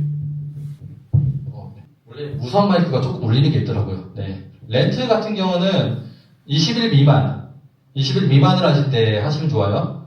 캠핑카도 렌트 가능해요. 캠핑카는 리스는 안 됩니다. 참고로. 아까 우리 뒤에 수치 하시는 거 있죠. 그거는 렌트는 안 돼요. 다양한 브랜드야 차량 선택이 가능해요. 리스는 아까 제가 시트로엔과 푸조 현재는 두 회사만 되는데 렌트는 다 됩니다. 그 여러분들이 나 독일에서 BMW 이제 7시리즈 한번 나 아우토만 달려보고 싶다 하시면은 또 빌릴 수 있습니다. 독일에서는 뭐 BMW나 아우디나 다 국민차니까 자국수 국산차니까 많이 있어요. 뭐 그렇게 비싸지 않고 해가지고 이것도 유럽 전역에 있는 픽업 받는 상태가 다 되고 근데 보험을 추가하면 좀 추가 비용이 좀 발생하기도 하고요. 그리고 장기로 만약에 렌트로 한 달을 하시게 되면 그때는 리스보다 더 비싸요.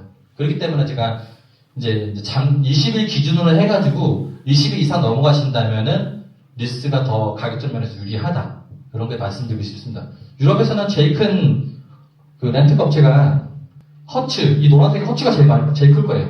허츠랑 아비스, 유로까지 세 업체가 제일 크거든요. 제일 많이 있고 이거는 유럽의 어느 공항, 어느 버스 터미널 가시더라도 기차에 가시더라도 다 있습니다. 허츠, 아비스, 유로카 이 세 군데가 있으니까 여기에서 세 군데에서 비교 견적해서 받으셔야 되는데 그 일일이 현장에서 뭐 부스 찾아가서 받기에는 조금 시간도 걸리고 하잖아요. 그래서 이거를 한 번에 해주는 사이트들이 있어요.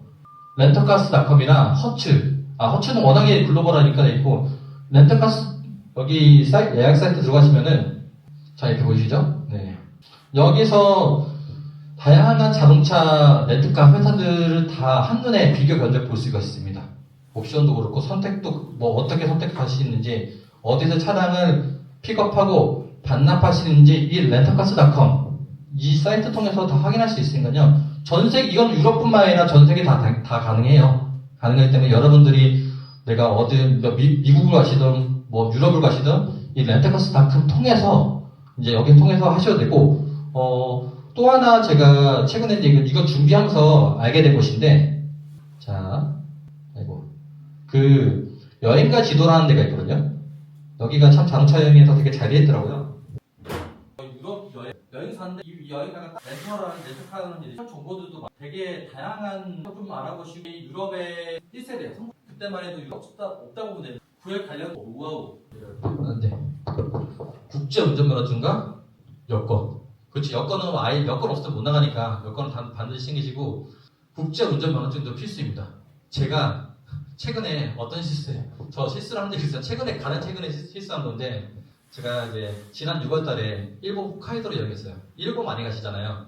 홋카이도로 6월달에 갔었는데 차를 렌트했어요. 홋카이도도 워낙에 넓어요. 홋카이도 하나가 우리나라 면적 80%입니다. 진짜 큽니다. 그래서 주로 BA나 이런 데 가려면은 차를 이제 렌트하는 게 좋거든요. 차를 렌트했어요. 한국에서 다 미리미리 다 예약해서 렌터카스닷컴 같은데 이런 데에서 다 예약했어요. 예약도 했는데 이제 비용만 현장 지불해서 다행히 그게 그나마 다행이었는데 제가 이제 공항에 치토데공항에 도착해서 이제 그 렌터카 차량 버스가 있거든요. 우리나라 제주공항 가면은 그 렌터카 버스들이 렌터카 업체까지 가주잖아요. 거기도 있더라고요. 그거 타고 렌터카 업체 가서 여권 보여주고 내 신분증 보여주고 했는데 보니까 국제 운전 면허증이 있어야 된다는 거예요. 그런데 제가 최근에 운전면허증 갱신했는데 요즘 운전면허증 갱신하니까 뒷면에 국제운전면허증 된다는 그게 있어가지고 저는 그거 새로 발급받은 거는 뒷면에 국제운전면허증 했거든요. 했는데 그거 가지고 안 되는 거예요. 일본은 이게 여러분들이 이거 아셔야 돼요. 꼭 아셔야 되는 게 여러분들 운전면허증 새로 발급하는데 국제운전면허증 된다 해서 체크했어. 그럼 그거 체크하면 뒷면에 보면은 영어로 돼 있어요. 뭐 드라이브 라이센스 해가지고 내가 어느 차량 이렇게 하시는지 뒷면에 나와 있거든요. 저 그거면 될 줄 알았어요. 그래서 이거를 준비도 안 할 거라고 이제 생각 안 했는데 일본은 예외인 거예요. 이게 되는 나라가 있고 안 되는 나라가 있는데 일본은 안 됩니다.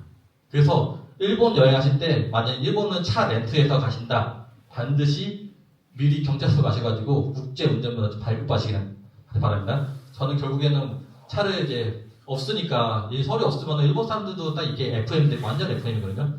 없기 때문에 결국 차를 렌트 못 해가지고 3박 4일을 했었는데 급하게 저희 이제 지인들이랑 같이 갔었는데 급하게 일정을 바꿨어요.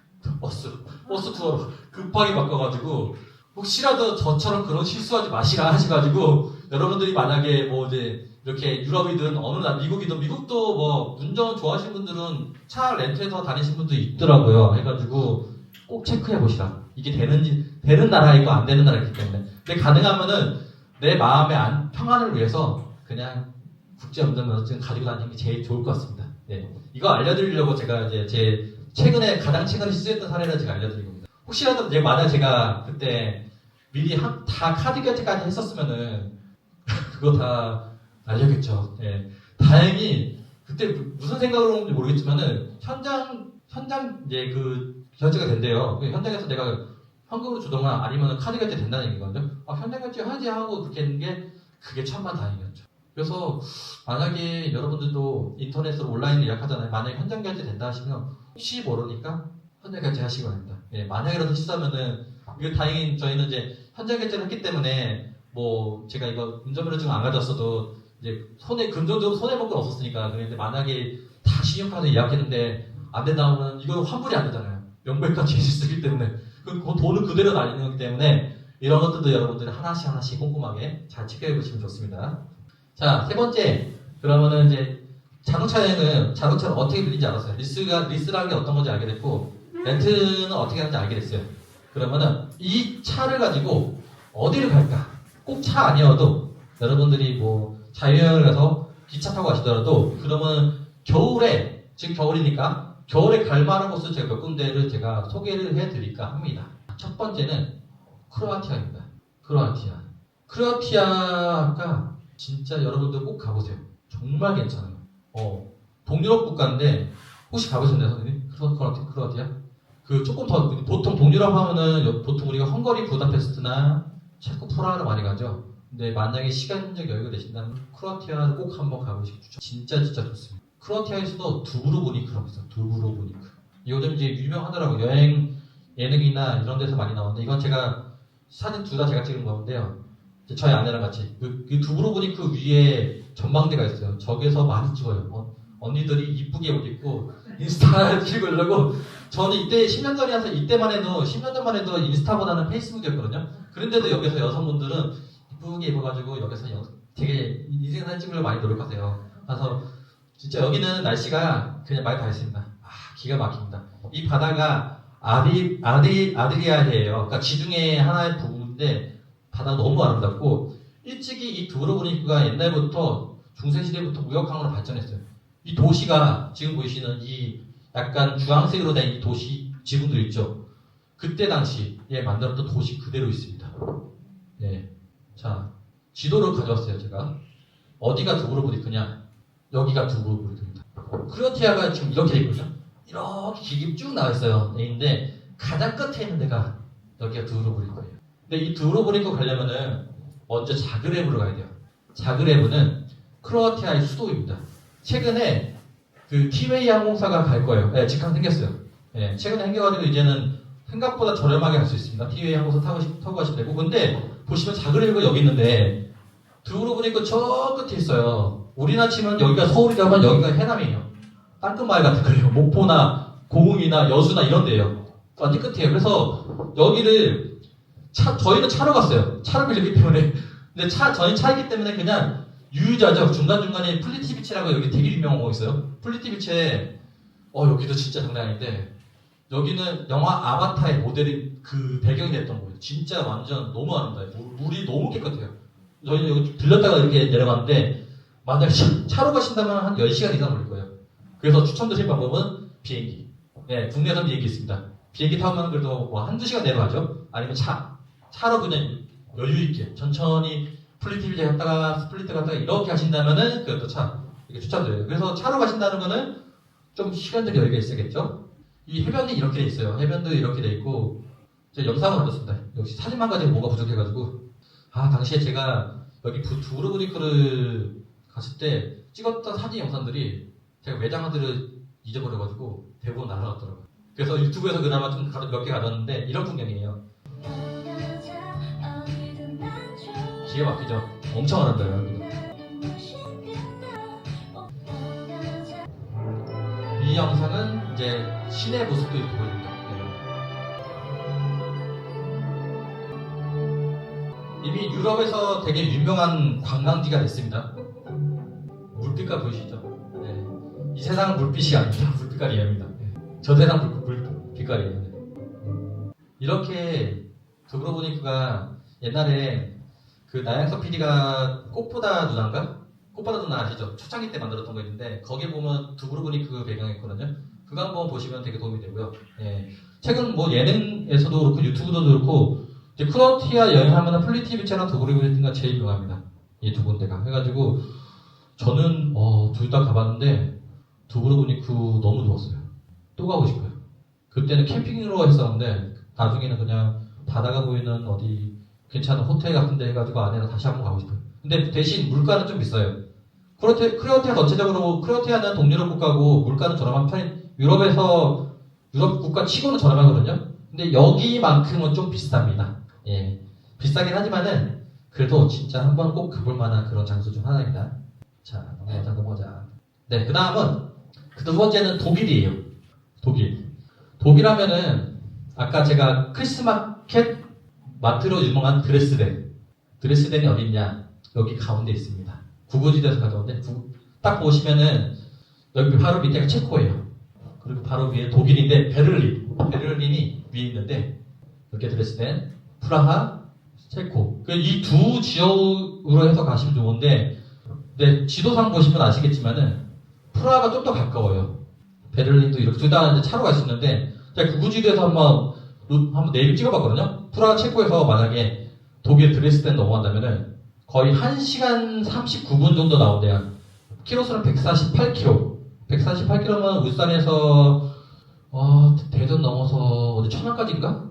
예, 대략 그 정도 될까요? 아니면 뭐 그 정도 되겠죠? 예, 그 정도 될 것 같은데 근데 구글지도에서 구글 내비에서 이제 1시간 39분이나 나오면은 이거는 쉬지 않고 갔을 때가 1시간 30분 걸린다는 뜻이에요. 그래서 항상 이거보다 더 걸린다, 현지에서는 더 걸린다고 생각하십니다. 1시간 39분이면 실제로는 약 2시간 정도. 왜 우리 중간에 쉬고 뭐하고 또 트래픽 발생을 하면 그 정도 걸립니다. 그래서 항상 곱하기 1.3 곱하기 1.3 하시면 실제 시간과 대충 비슷하고요. 독일에서 그럼 베를린에서 출발할 때 베를린은 출발하면 베를린이 조금 더 멀어요. 190km고 구글 내비에서는 2시간 4분이 걸립니다. 그 말은 곧 한 2시간, 실제적으로는 2시간 30분 정도 걸린다는 얘기입니다. 만약에 중간에 뭐 교통 트래픽 발생을 하면 더 걸릴 수 있겠죠. 그래서 그 정도 그런 거 감안하시고 하시면 되는데 또 독일 같은 경우는 여기 자동차 매니아, 이제 자동차 운전하시는 거 좋아하시는 매니아분들 아니면 속도를 즐기시는 거 좋아하시는 분들은 꼭 독일을 가고 싶어요. 그 독일의 그 유명한 아우토반 있잖아요. 아우토반은 무제한이에요. 예, 속도 우리나라는 110이잖아요. 복수로 여기는 없어요. 200, 300으로 그냥 달려요. 쫙 달려요. 그러니까 거기서 그 독일의 좋은 차들 BMW나 아우디나 뭐 이런 것도 있잖아요. 벤츠나 그 1차선은 그냥 아예 그냥 차들이 200km로 쫙 갑니다. 그냥. 저도 거기서 한 160km까지 밟았는데 와 160km는 안 해요.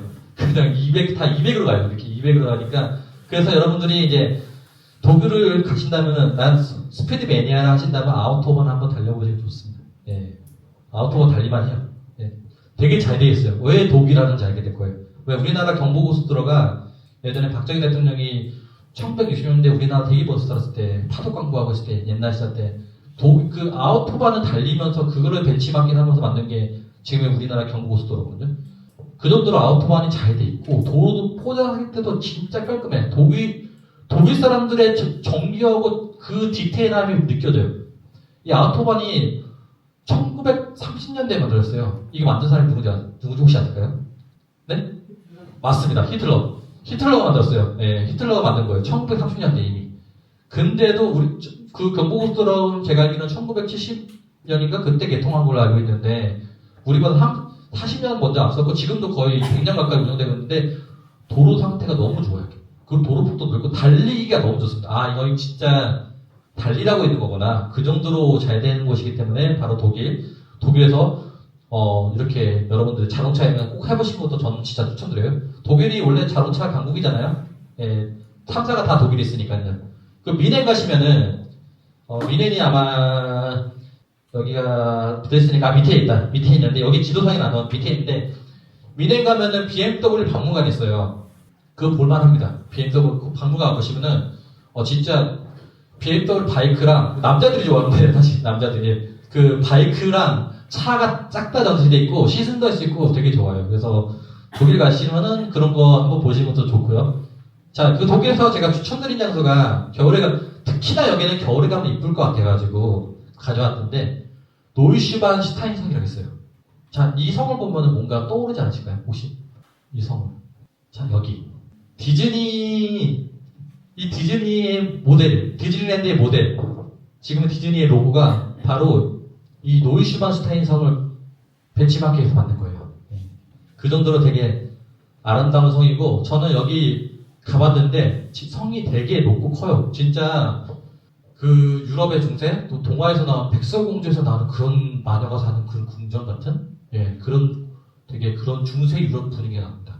그래서 여러분들이 유럽을 만약에 독일을 가신다면 여기도 꼭 한번 가보시는 거 추천드릴 이 노이슈반슈타인은 어디 있냐? 여기 있습니다. 퓨시엔이라는 도시가 있어요. 여기는 스위스랑 여기는 이제 옆에는 오스트리아거든요. 국경 쪽에 있어요. 국경 쪽에 있고 주로 미넨에서 가시면 아주 가깝습니다. 차로 제가 구글지도에서 찍어보니까 1시간 35분? 그러니까 뭐 약 2시간? 뭐 시험시험 해서 2시간? 130km 정도 나오네요. 약 130km. 그렇게 멀진 않아요. 그래서 유럽의 도시들은 차가 있으면은 이런 데를 자유롭게 다닐 수 있다는 게, 만약에 패키지로 간다면 여러분들이 사실 여기 안 갈 거예요. 여기 차 안 가거든요. 아무래도 뭐 취리나 미넨이나 뭐 유명한 데 인터라켓이나 뭐 로마나 피렌체나 이런 데 위주로 가다 보니까 여기를 가려면 자유로 가든가 아니면은 여러분들이 이제 차를 렌트해서 가시는 게 제일 괜찮습니다. 또 하나 이제 추천드린 장소 바로 스페인입니다. 에스파냐. 영상을 하나 좀 볼게요. 이게 제 계정이 아니다 보니까 광고가 나오네요. 자, 건너뛰겠습니다. 약 3분 미만짜리 영상인데 한번 쭉 보시겠습니다. 스페인 겨울 남부 쪽이거든요. 여기는 세비야입니다. 자, 스페인에서도 모든 지역이 아니고 안달루시아 지역이에요. 안달루시아의 사실상 제일 핵심 도시가 바로 세비야거든요. 빛이 너무 이쁘죠. 아름답죠. 골목도 너무 이쁘고요. 그래서. 그리고 론다라는 지역이 있거든요. 여기는 이제 세비야에서 그라나다 갈 때 중간에 들리는 도시인데, 론다도 괜찮습니다. 론다. 큰 도시는 아니에요. 작은 도시인데 한번 들러보면 합니다. 여기가 유명해요. 이 다리 있는 데가. 이 다리가 되게 유명한 다리입니다. 여기는 이제 론다에 있는 스페인에서 가장 오래된 투장이라고 합니다.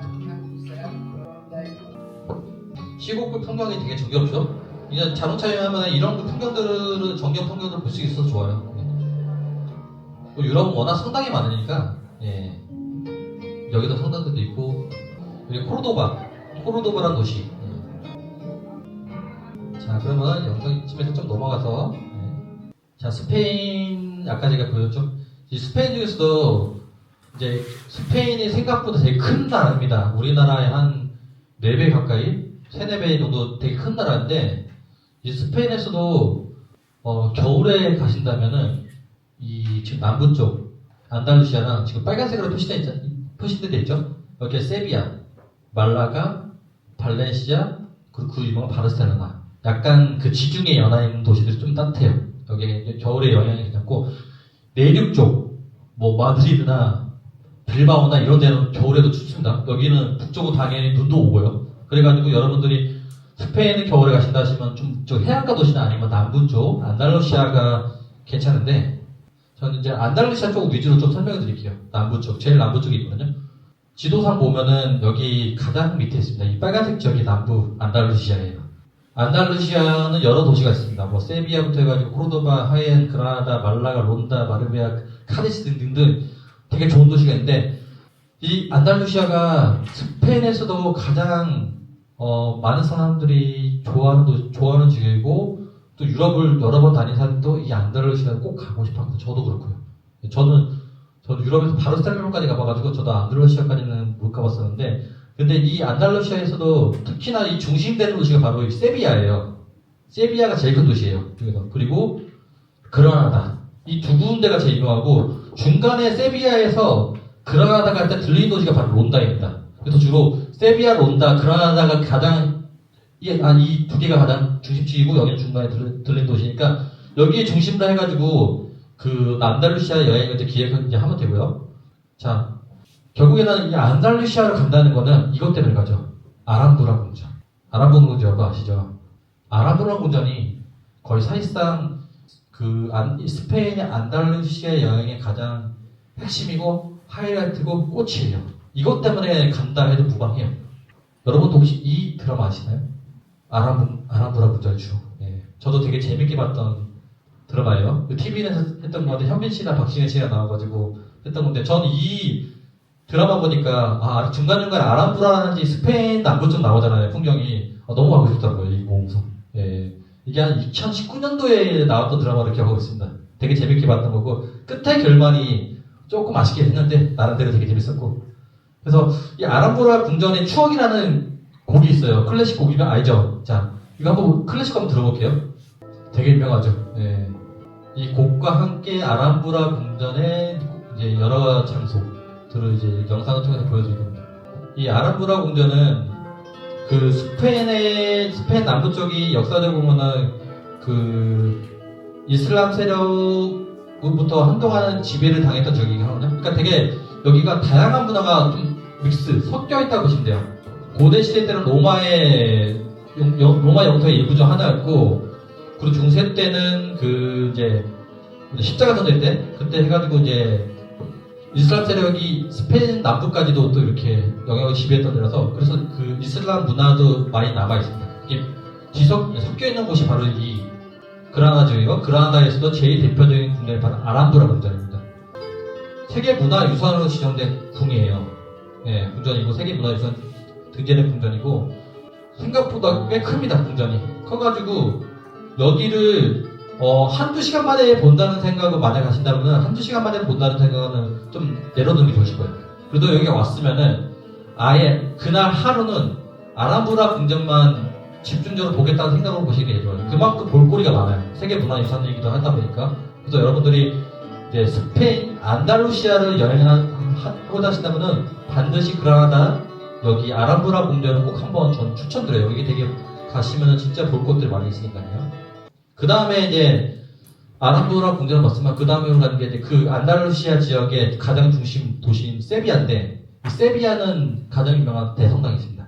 세비야 대성당이 있고 그리고 여기 세비야에서 테아트로 플라멩코라고 있어요. 한번 영상을 볼게요. 이 플라멩코 공연 보러 세비야를 많이 갑니다. 실제로 가서 그 관객들과 무대가 바로 앞이에요. 무대가 여기 딱 앞에 있으면은 이제 가수랑 무대 이제 공연하는 이제 배우들이 앞에 나와서 이렇게 공연하고 관객들이 바로 앞에 있기 때문에 진짜 호흡해서 같이 할 수 있죠. 바로 앞에서.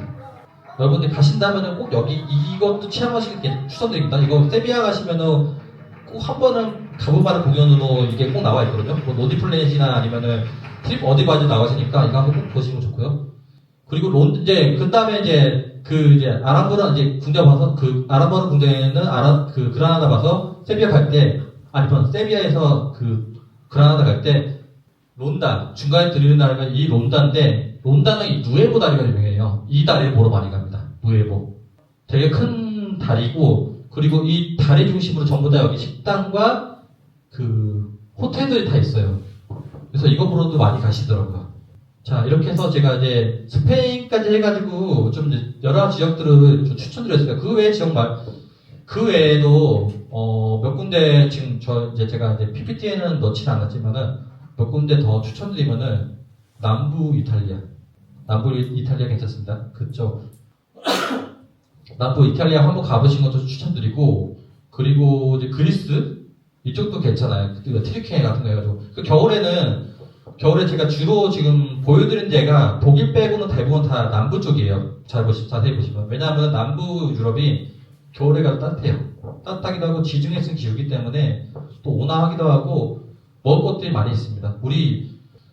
전 세계에서 가장 유명한 음식이 사실 이태리 음식이잖아요. 그러니까 우리가 흔히 많이 먹는 피자, 스파게티 다 대부분이 남부 쪽 이태리에서 나온 거고 그 스페인 음식도 맛있거든요. 되게 지중해가 원래 해산물도 많고 여러 가지 그런 음식재를 풍부하기 때문에 음식이 맛있습니다. 북쪽은 북부 유럽 쪽, 예를 들어 서유럽이나 북쪽은 겨울에 많이 추워요. 춥기도 하고 근데 일단은 낮 시간이 짧아요. 보통 제가 알기로는 한 9시에 해가 떠가지고 9시, 10시에 해가 떠서 한 3시, 4시면 해가 진다 합니다. 짧기 때문에 아무래도 주간에 이제 활동하시는 시간이 줄어들게 되죠. 예, 밤이 되면 이제 껌껌이면 어디 돌아다니기도 좀 그러니까 해가지고 겨울에 가신다면 이 남부 쪽 위주로 가시는 게 제일 좋고요. 예, 거기가 뭐 햇빛도 따뜻하기도 하고 뭐 기후도 좋고 하다 보니까 저는 이제 그래서 지금 겨울이고 하다 보니까 이쪽 지역 위주로 제가 좀 설명을 드렸고 그러면은 이제 우리가 이제 여러분들이 겨울에 이제 자동차 여행이든 아니면 뭐 자유여행이든 가신다면은 가이드 제가 안전여행에 대해서 좀 설명을 드릴게요. 일단은 특히 렌트카 제가 자동차 여행 위주로 좀 설명을 드리고 있는데 이거를 한다면은 안전한 게 제일 중요하거든요. 그렇죠? 아무리 이건 안전은 이제 항상 강조해도 지나치지 않은 거니까 자, 이 팁과 노하우를 제가 설명드리면은 일단 겨울에 한정해서 얘기하는 겁니다. 겨울용 타이어는 선택이 아니고 필수입니다. 예, 필수. 그러니까 특히나 독일, 오스트리아 이런 나라들은 그러니까 스노우체인, 뭐 겨울용 타이어 또는 스노우체인을 장착하지 않으면요 나중에 경찰한테 걸리면 벌금이에요. 벌금이나 뭐 보험이 무효될 수 있기 때문에 꼭 반드시 이거 이제 체크해 주고 두 번째는 눈 오는 날에는 내비보다는 현지 도로 상황 앱을 이제 추천하시는 그런 앱들이 있어요. 그런 거를 이제 체크해 주시는 게 좋습니다. 주로 구글맵이랑 웨이즈라는 그 앱이 있거든요. 그거 두 개 병행해 가시면 좋아요. 그리고 자동차 도둑. 이 자동차 도둑을 조심해야 됩니다. 유럽은 우리나라와 다르게 차 안에 노트북이나 스마트폰이나 그런 고급 장비들 있잖아요. 그런 거 차 안에 두고 가시면요. 이런 식으로 깨트려요.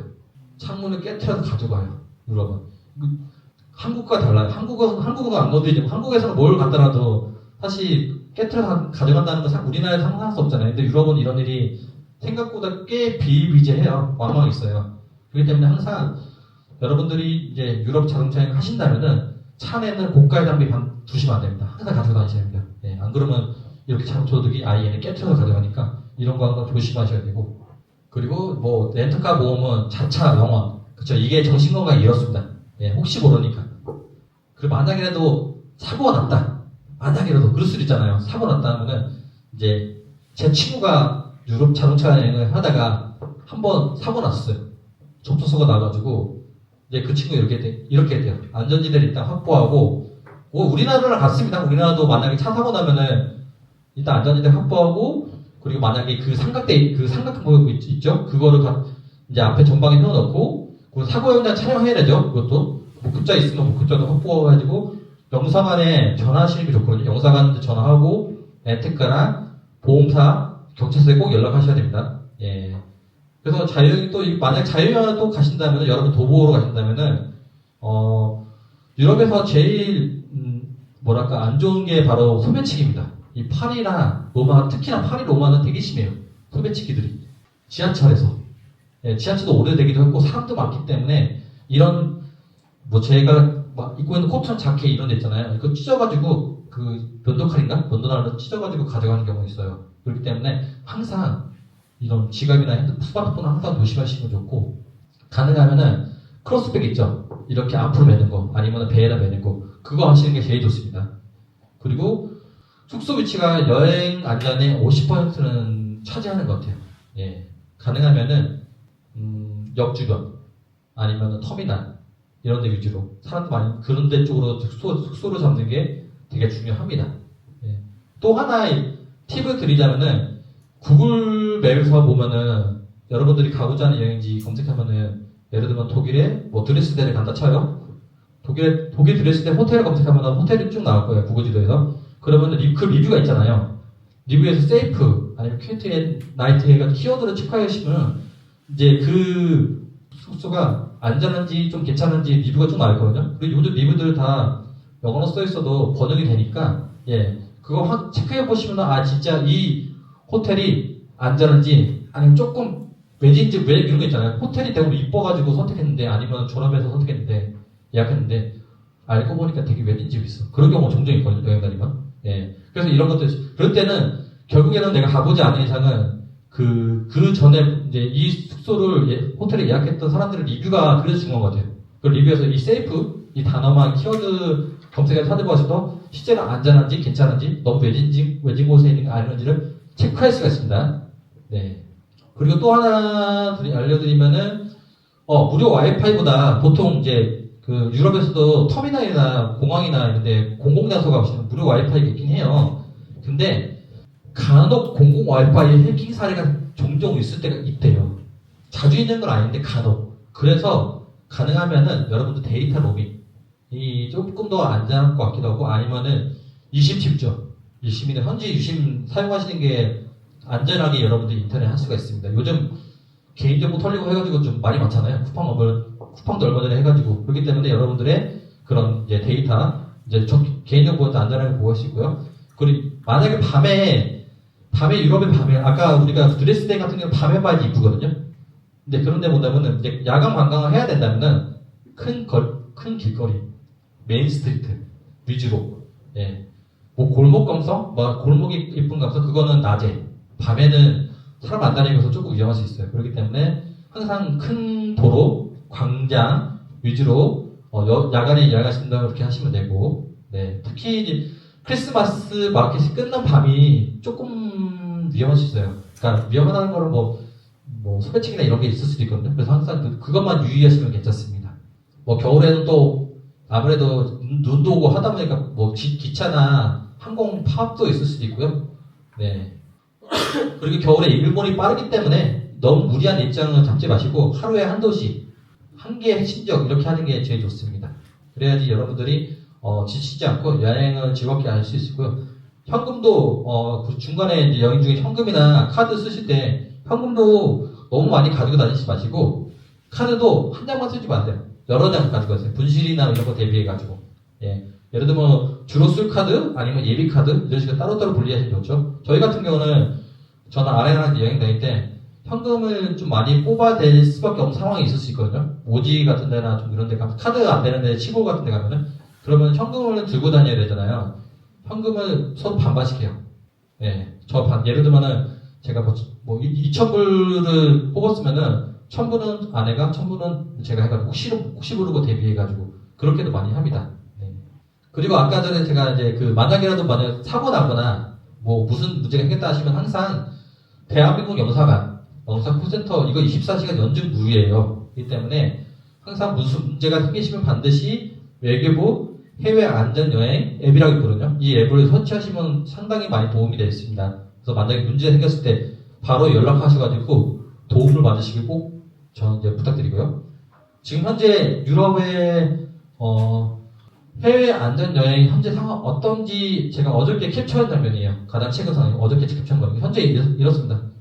뭐 대부분 나라들은 안전해요. 보니까 프랑스랑 스페인, 이탈리아 이렇게 여행 유입 국가는 그냥 소매치기나 이런 거 좀 조심하라는 수준이고 독일, 뭐 동유럽 쪽은 괜찮습니다. 하얀색은 우리나라랑 거의 치안이 비슷하다 보시면 돼요. 전반적으로 유럽은 안전하죠. 뭐 우리가 여러분들이 우크라이나를 가실 일이 없으니까 여기 전쟁주 국가라서 뭐 여기 가실 일이 없고 하니까 대부분의 여러분들이 많이 가는 스페인, 프랑스, 뭐 스위스, 독일, 오스트리아, 이탈리아, 트르키예, 영국 다 괜찮습니다.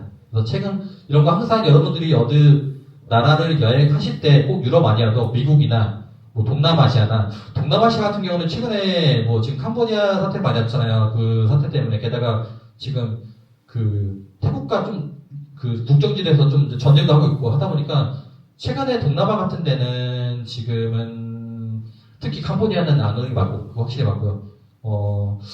태국도 저는 다다음 달에 태국 가야 되는데 예, 혹시라도 지금 뭐 전쟁 뭐 뉴스가 계속 나오고 있어가지고 좀 잠잠해지게 기다리긴 한데 아직은 괜찮대요. 뭐 방콕이나 치앙마이나 푸켓 이런 데는 괜찮은데 그래도 혹시 모르니까 항상 뉴스나 해외 안전여행 이거 외교부 네이버에서 검색하면 나오거든요. 나오니까 여러분들이 항상 체크해서 안전한 여행이 제일 중요해요. 그렇죠? 안전하게 여행 다니시는 게 제일 중요합니다. 그래서 제가 강조해 드린 거고 자 마지막으로 네 번째 지금 시간이 25분이네요. 이거 한 5분 10분 만에 마치고 Q&A 시간도 마무리하도록 할게요. 자 여행 루트를 만들 때 어떻게 만들어야 되냐 여러분들 혹시 여행 가실 때 여행사 말고 직접 자유여행 하신다면 어떻게 여행 루트나 일정 계획하세요? 여러분들만의 노하우가 있으실 거예요. 책 보시나요? 책으로 난 찾아서 본다. 네, 한 분. 아니면은 블로그나 인스타그램, 유튜브 찾아본다. 네, 유튜브도 보죠. 거의 대부분 네, 유튜브는 이거 하긴 해요. 아니면 나는 AI한테 바뀐다. 챗GPT나 제미나이한테 바뀐다. 요즘 그런 AI가 잘 만들어지긴 한데 그것도 활용해보시면 괜찮아요. 예. 일단은 저는 이렇게 만들었던 여행 루트 방법을 여러분들과 함께 좀 공유해서 나누고자 합니다. 이 이미지는 당시 저희가 이제 여행했던 거의 50일 가까이 여행했던 당시의 여행 루트예요. 예. 저희는 처음에 런던으로 들어가서 런던 여행하다가 런던에서는 자동차 여행 안 했고 그냥 일반적인 자유여행 했었고 유로스타 타고 파리를 이뤄서 파리에서부터 시작했어요. 파리부터 해가지고 제가 당시 자동차로 타고 여행했던 그 루트거든요. 리옹, 앙시, 샤모니 그리고 스위스로 넘어서 체르마트, 그린델발트, 인터라켄, 루체는 푸시엔, 위네, 짤츠부르크, 한슈타트, 블레드, 자그레브, 프리티비치 이렇게 두브로브리키까지 갔다가 여기에서 배 타고 스플리트에서 배 타고 이탈리아 넘어서 이렇게 갔어요. 이렇게 해가지고 바르셀로나까지 갔던 총 한 8,400km를 제가 달렸더라고요. 예.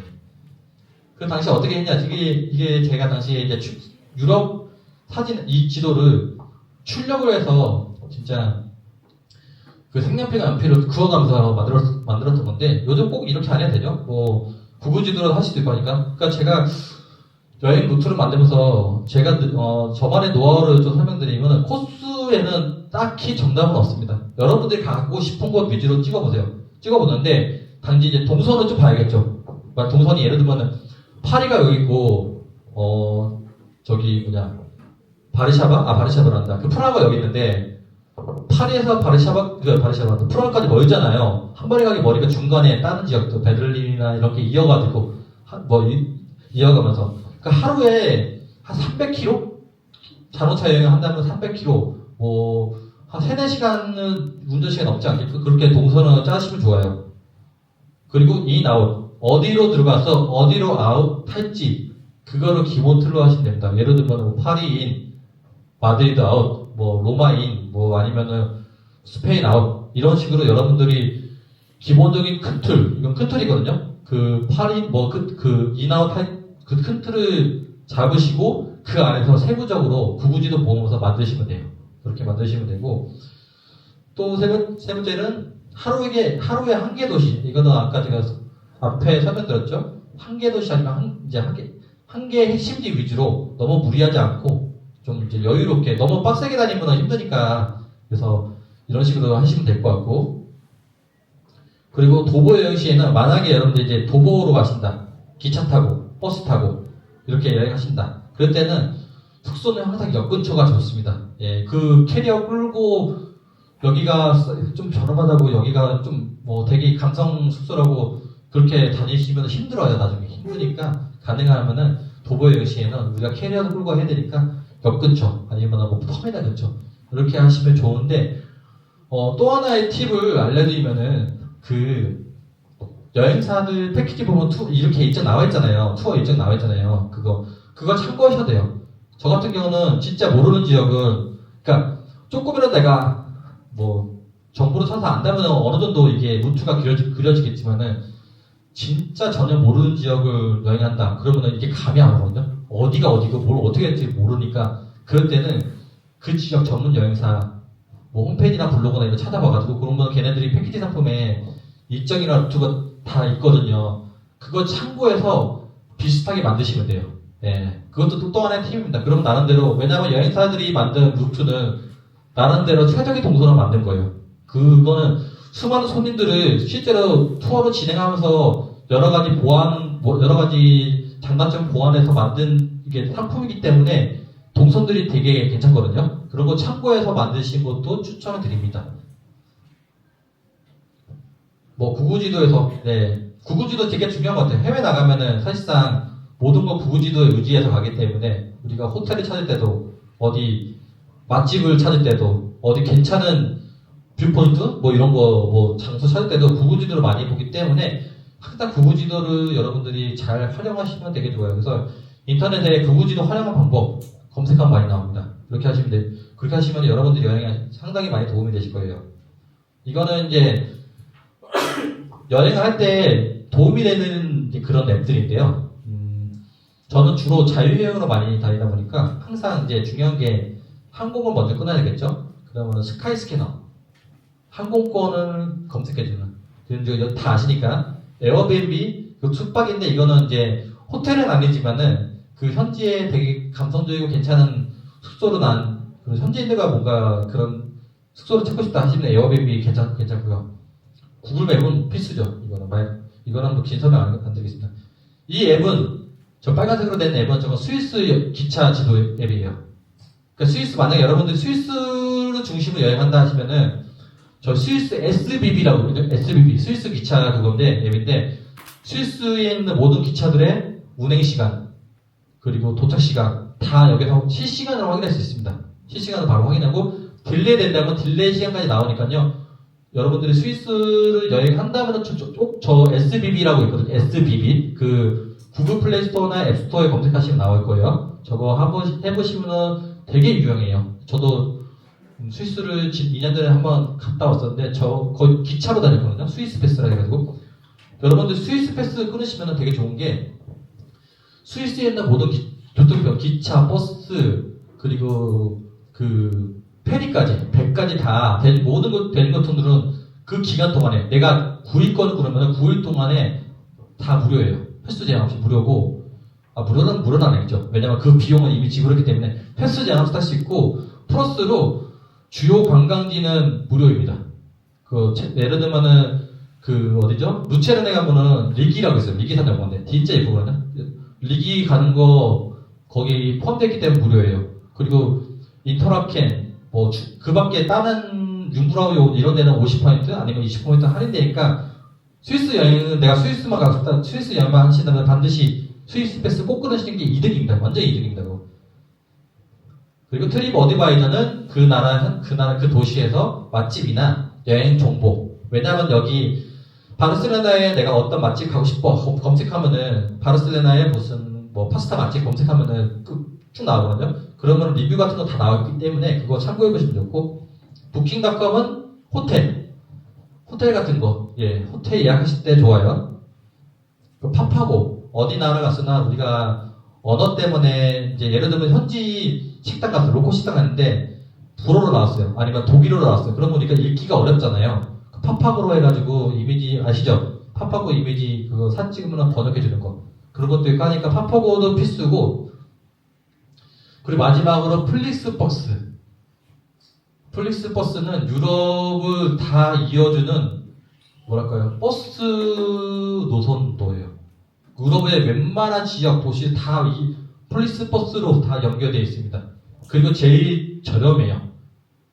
기차보다 저렴해요. 보통 유럽을 여행하시는 자유여행 하시는 분들이 유레일 패스 많이 끊거든요. 유레일 패스 많이 하는데 근데 유레일 패스는 사실 학생일 때가 제일 좋습니다. 내가 학생이다. 그런 국제 학생증 끊으면은 몇 퍼센트 되게 많이 할인해요. 50%인가? 엄청 많이 할인해줘요. 근데 우리는 성인이잖아요, 다. 성이니까 할인폭이 이렇게 크지 않기 때문에 어떻게 보면은 그리고 또 기차가 안 가는 지역도 있겠죠. 왜냐면 중소도시들은 기차가 안 갈 때도 있어요. 내가 어느 지역을 가려는데 기차가 안 가. 그러면은 그때는 이제 버스를 타야 될 수도 있어요. 근데 이 플릭스 버스는 유럽의 웬만한 중소도시 다 연결되기 때문에 심지어 비용도 저렴해가지고 이거를 추천드립니다. 앱으로 해가지고 다 하셨어요. 앱으로 해서.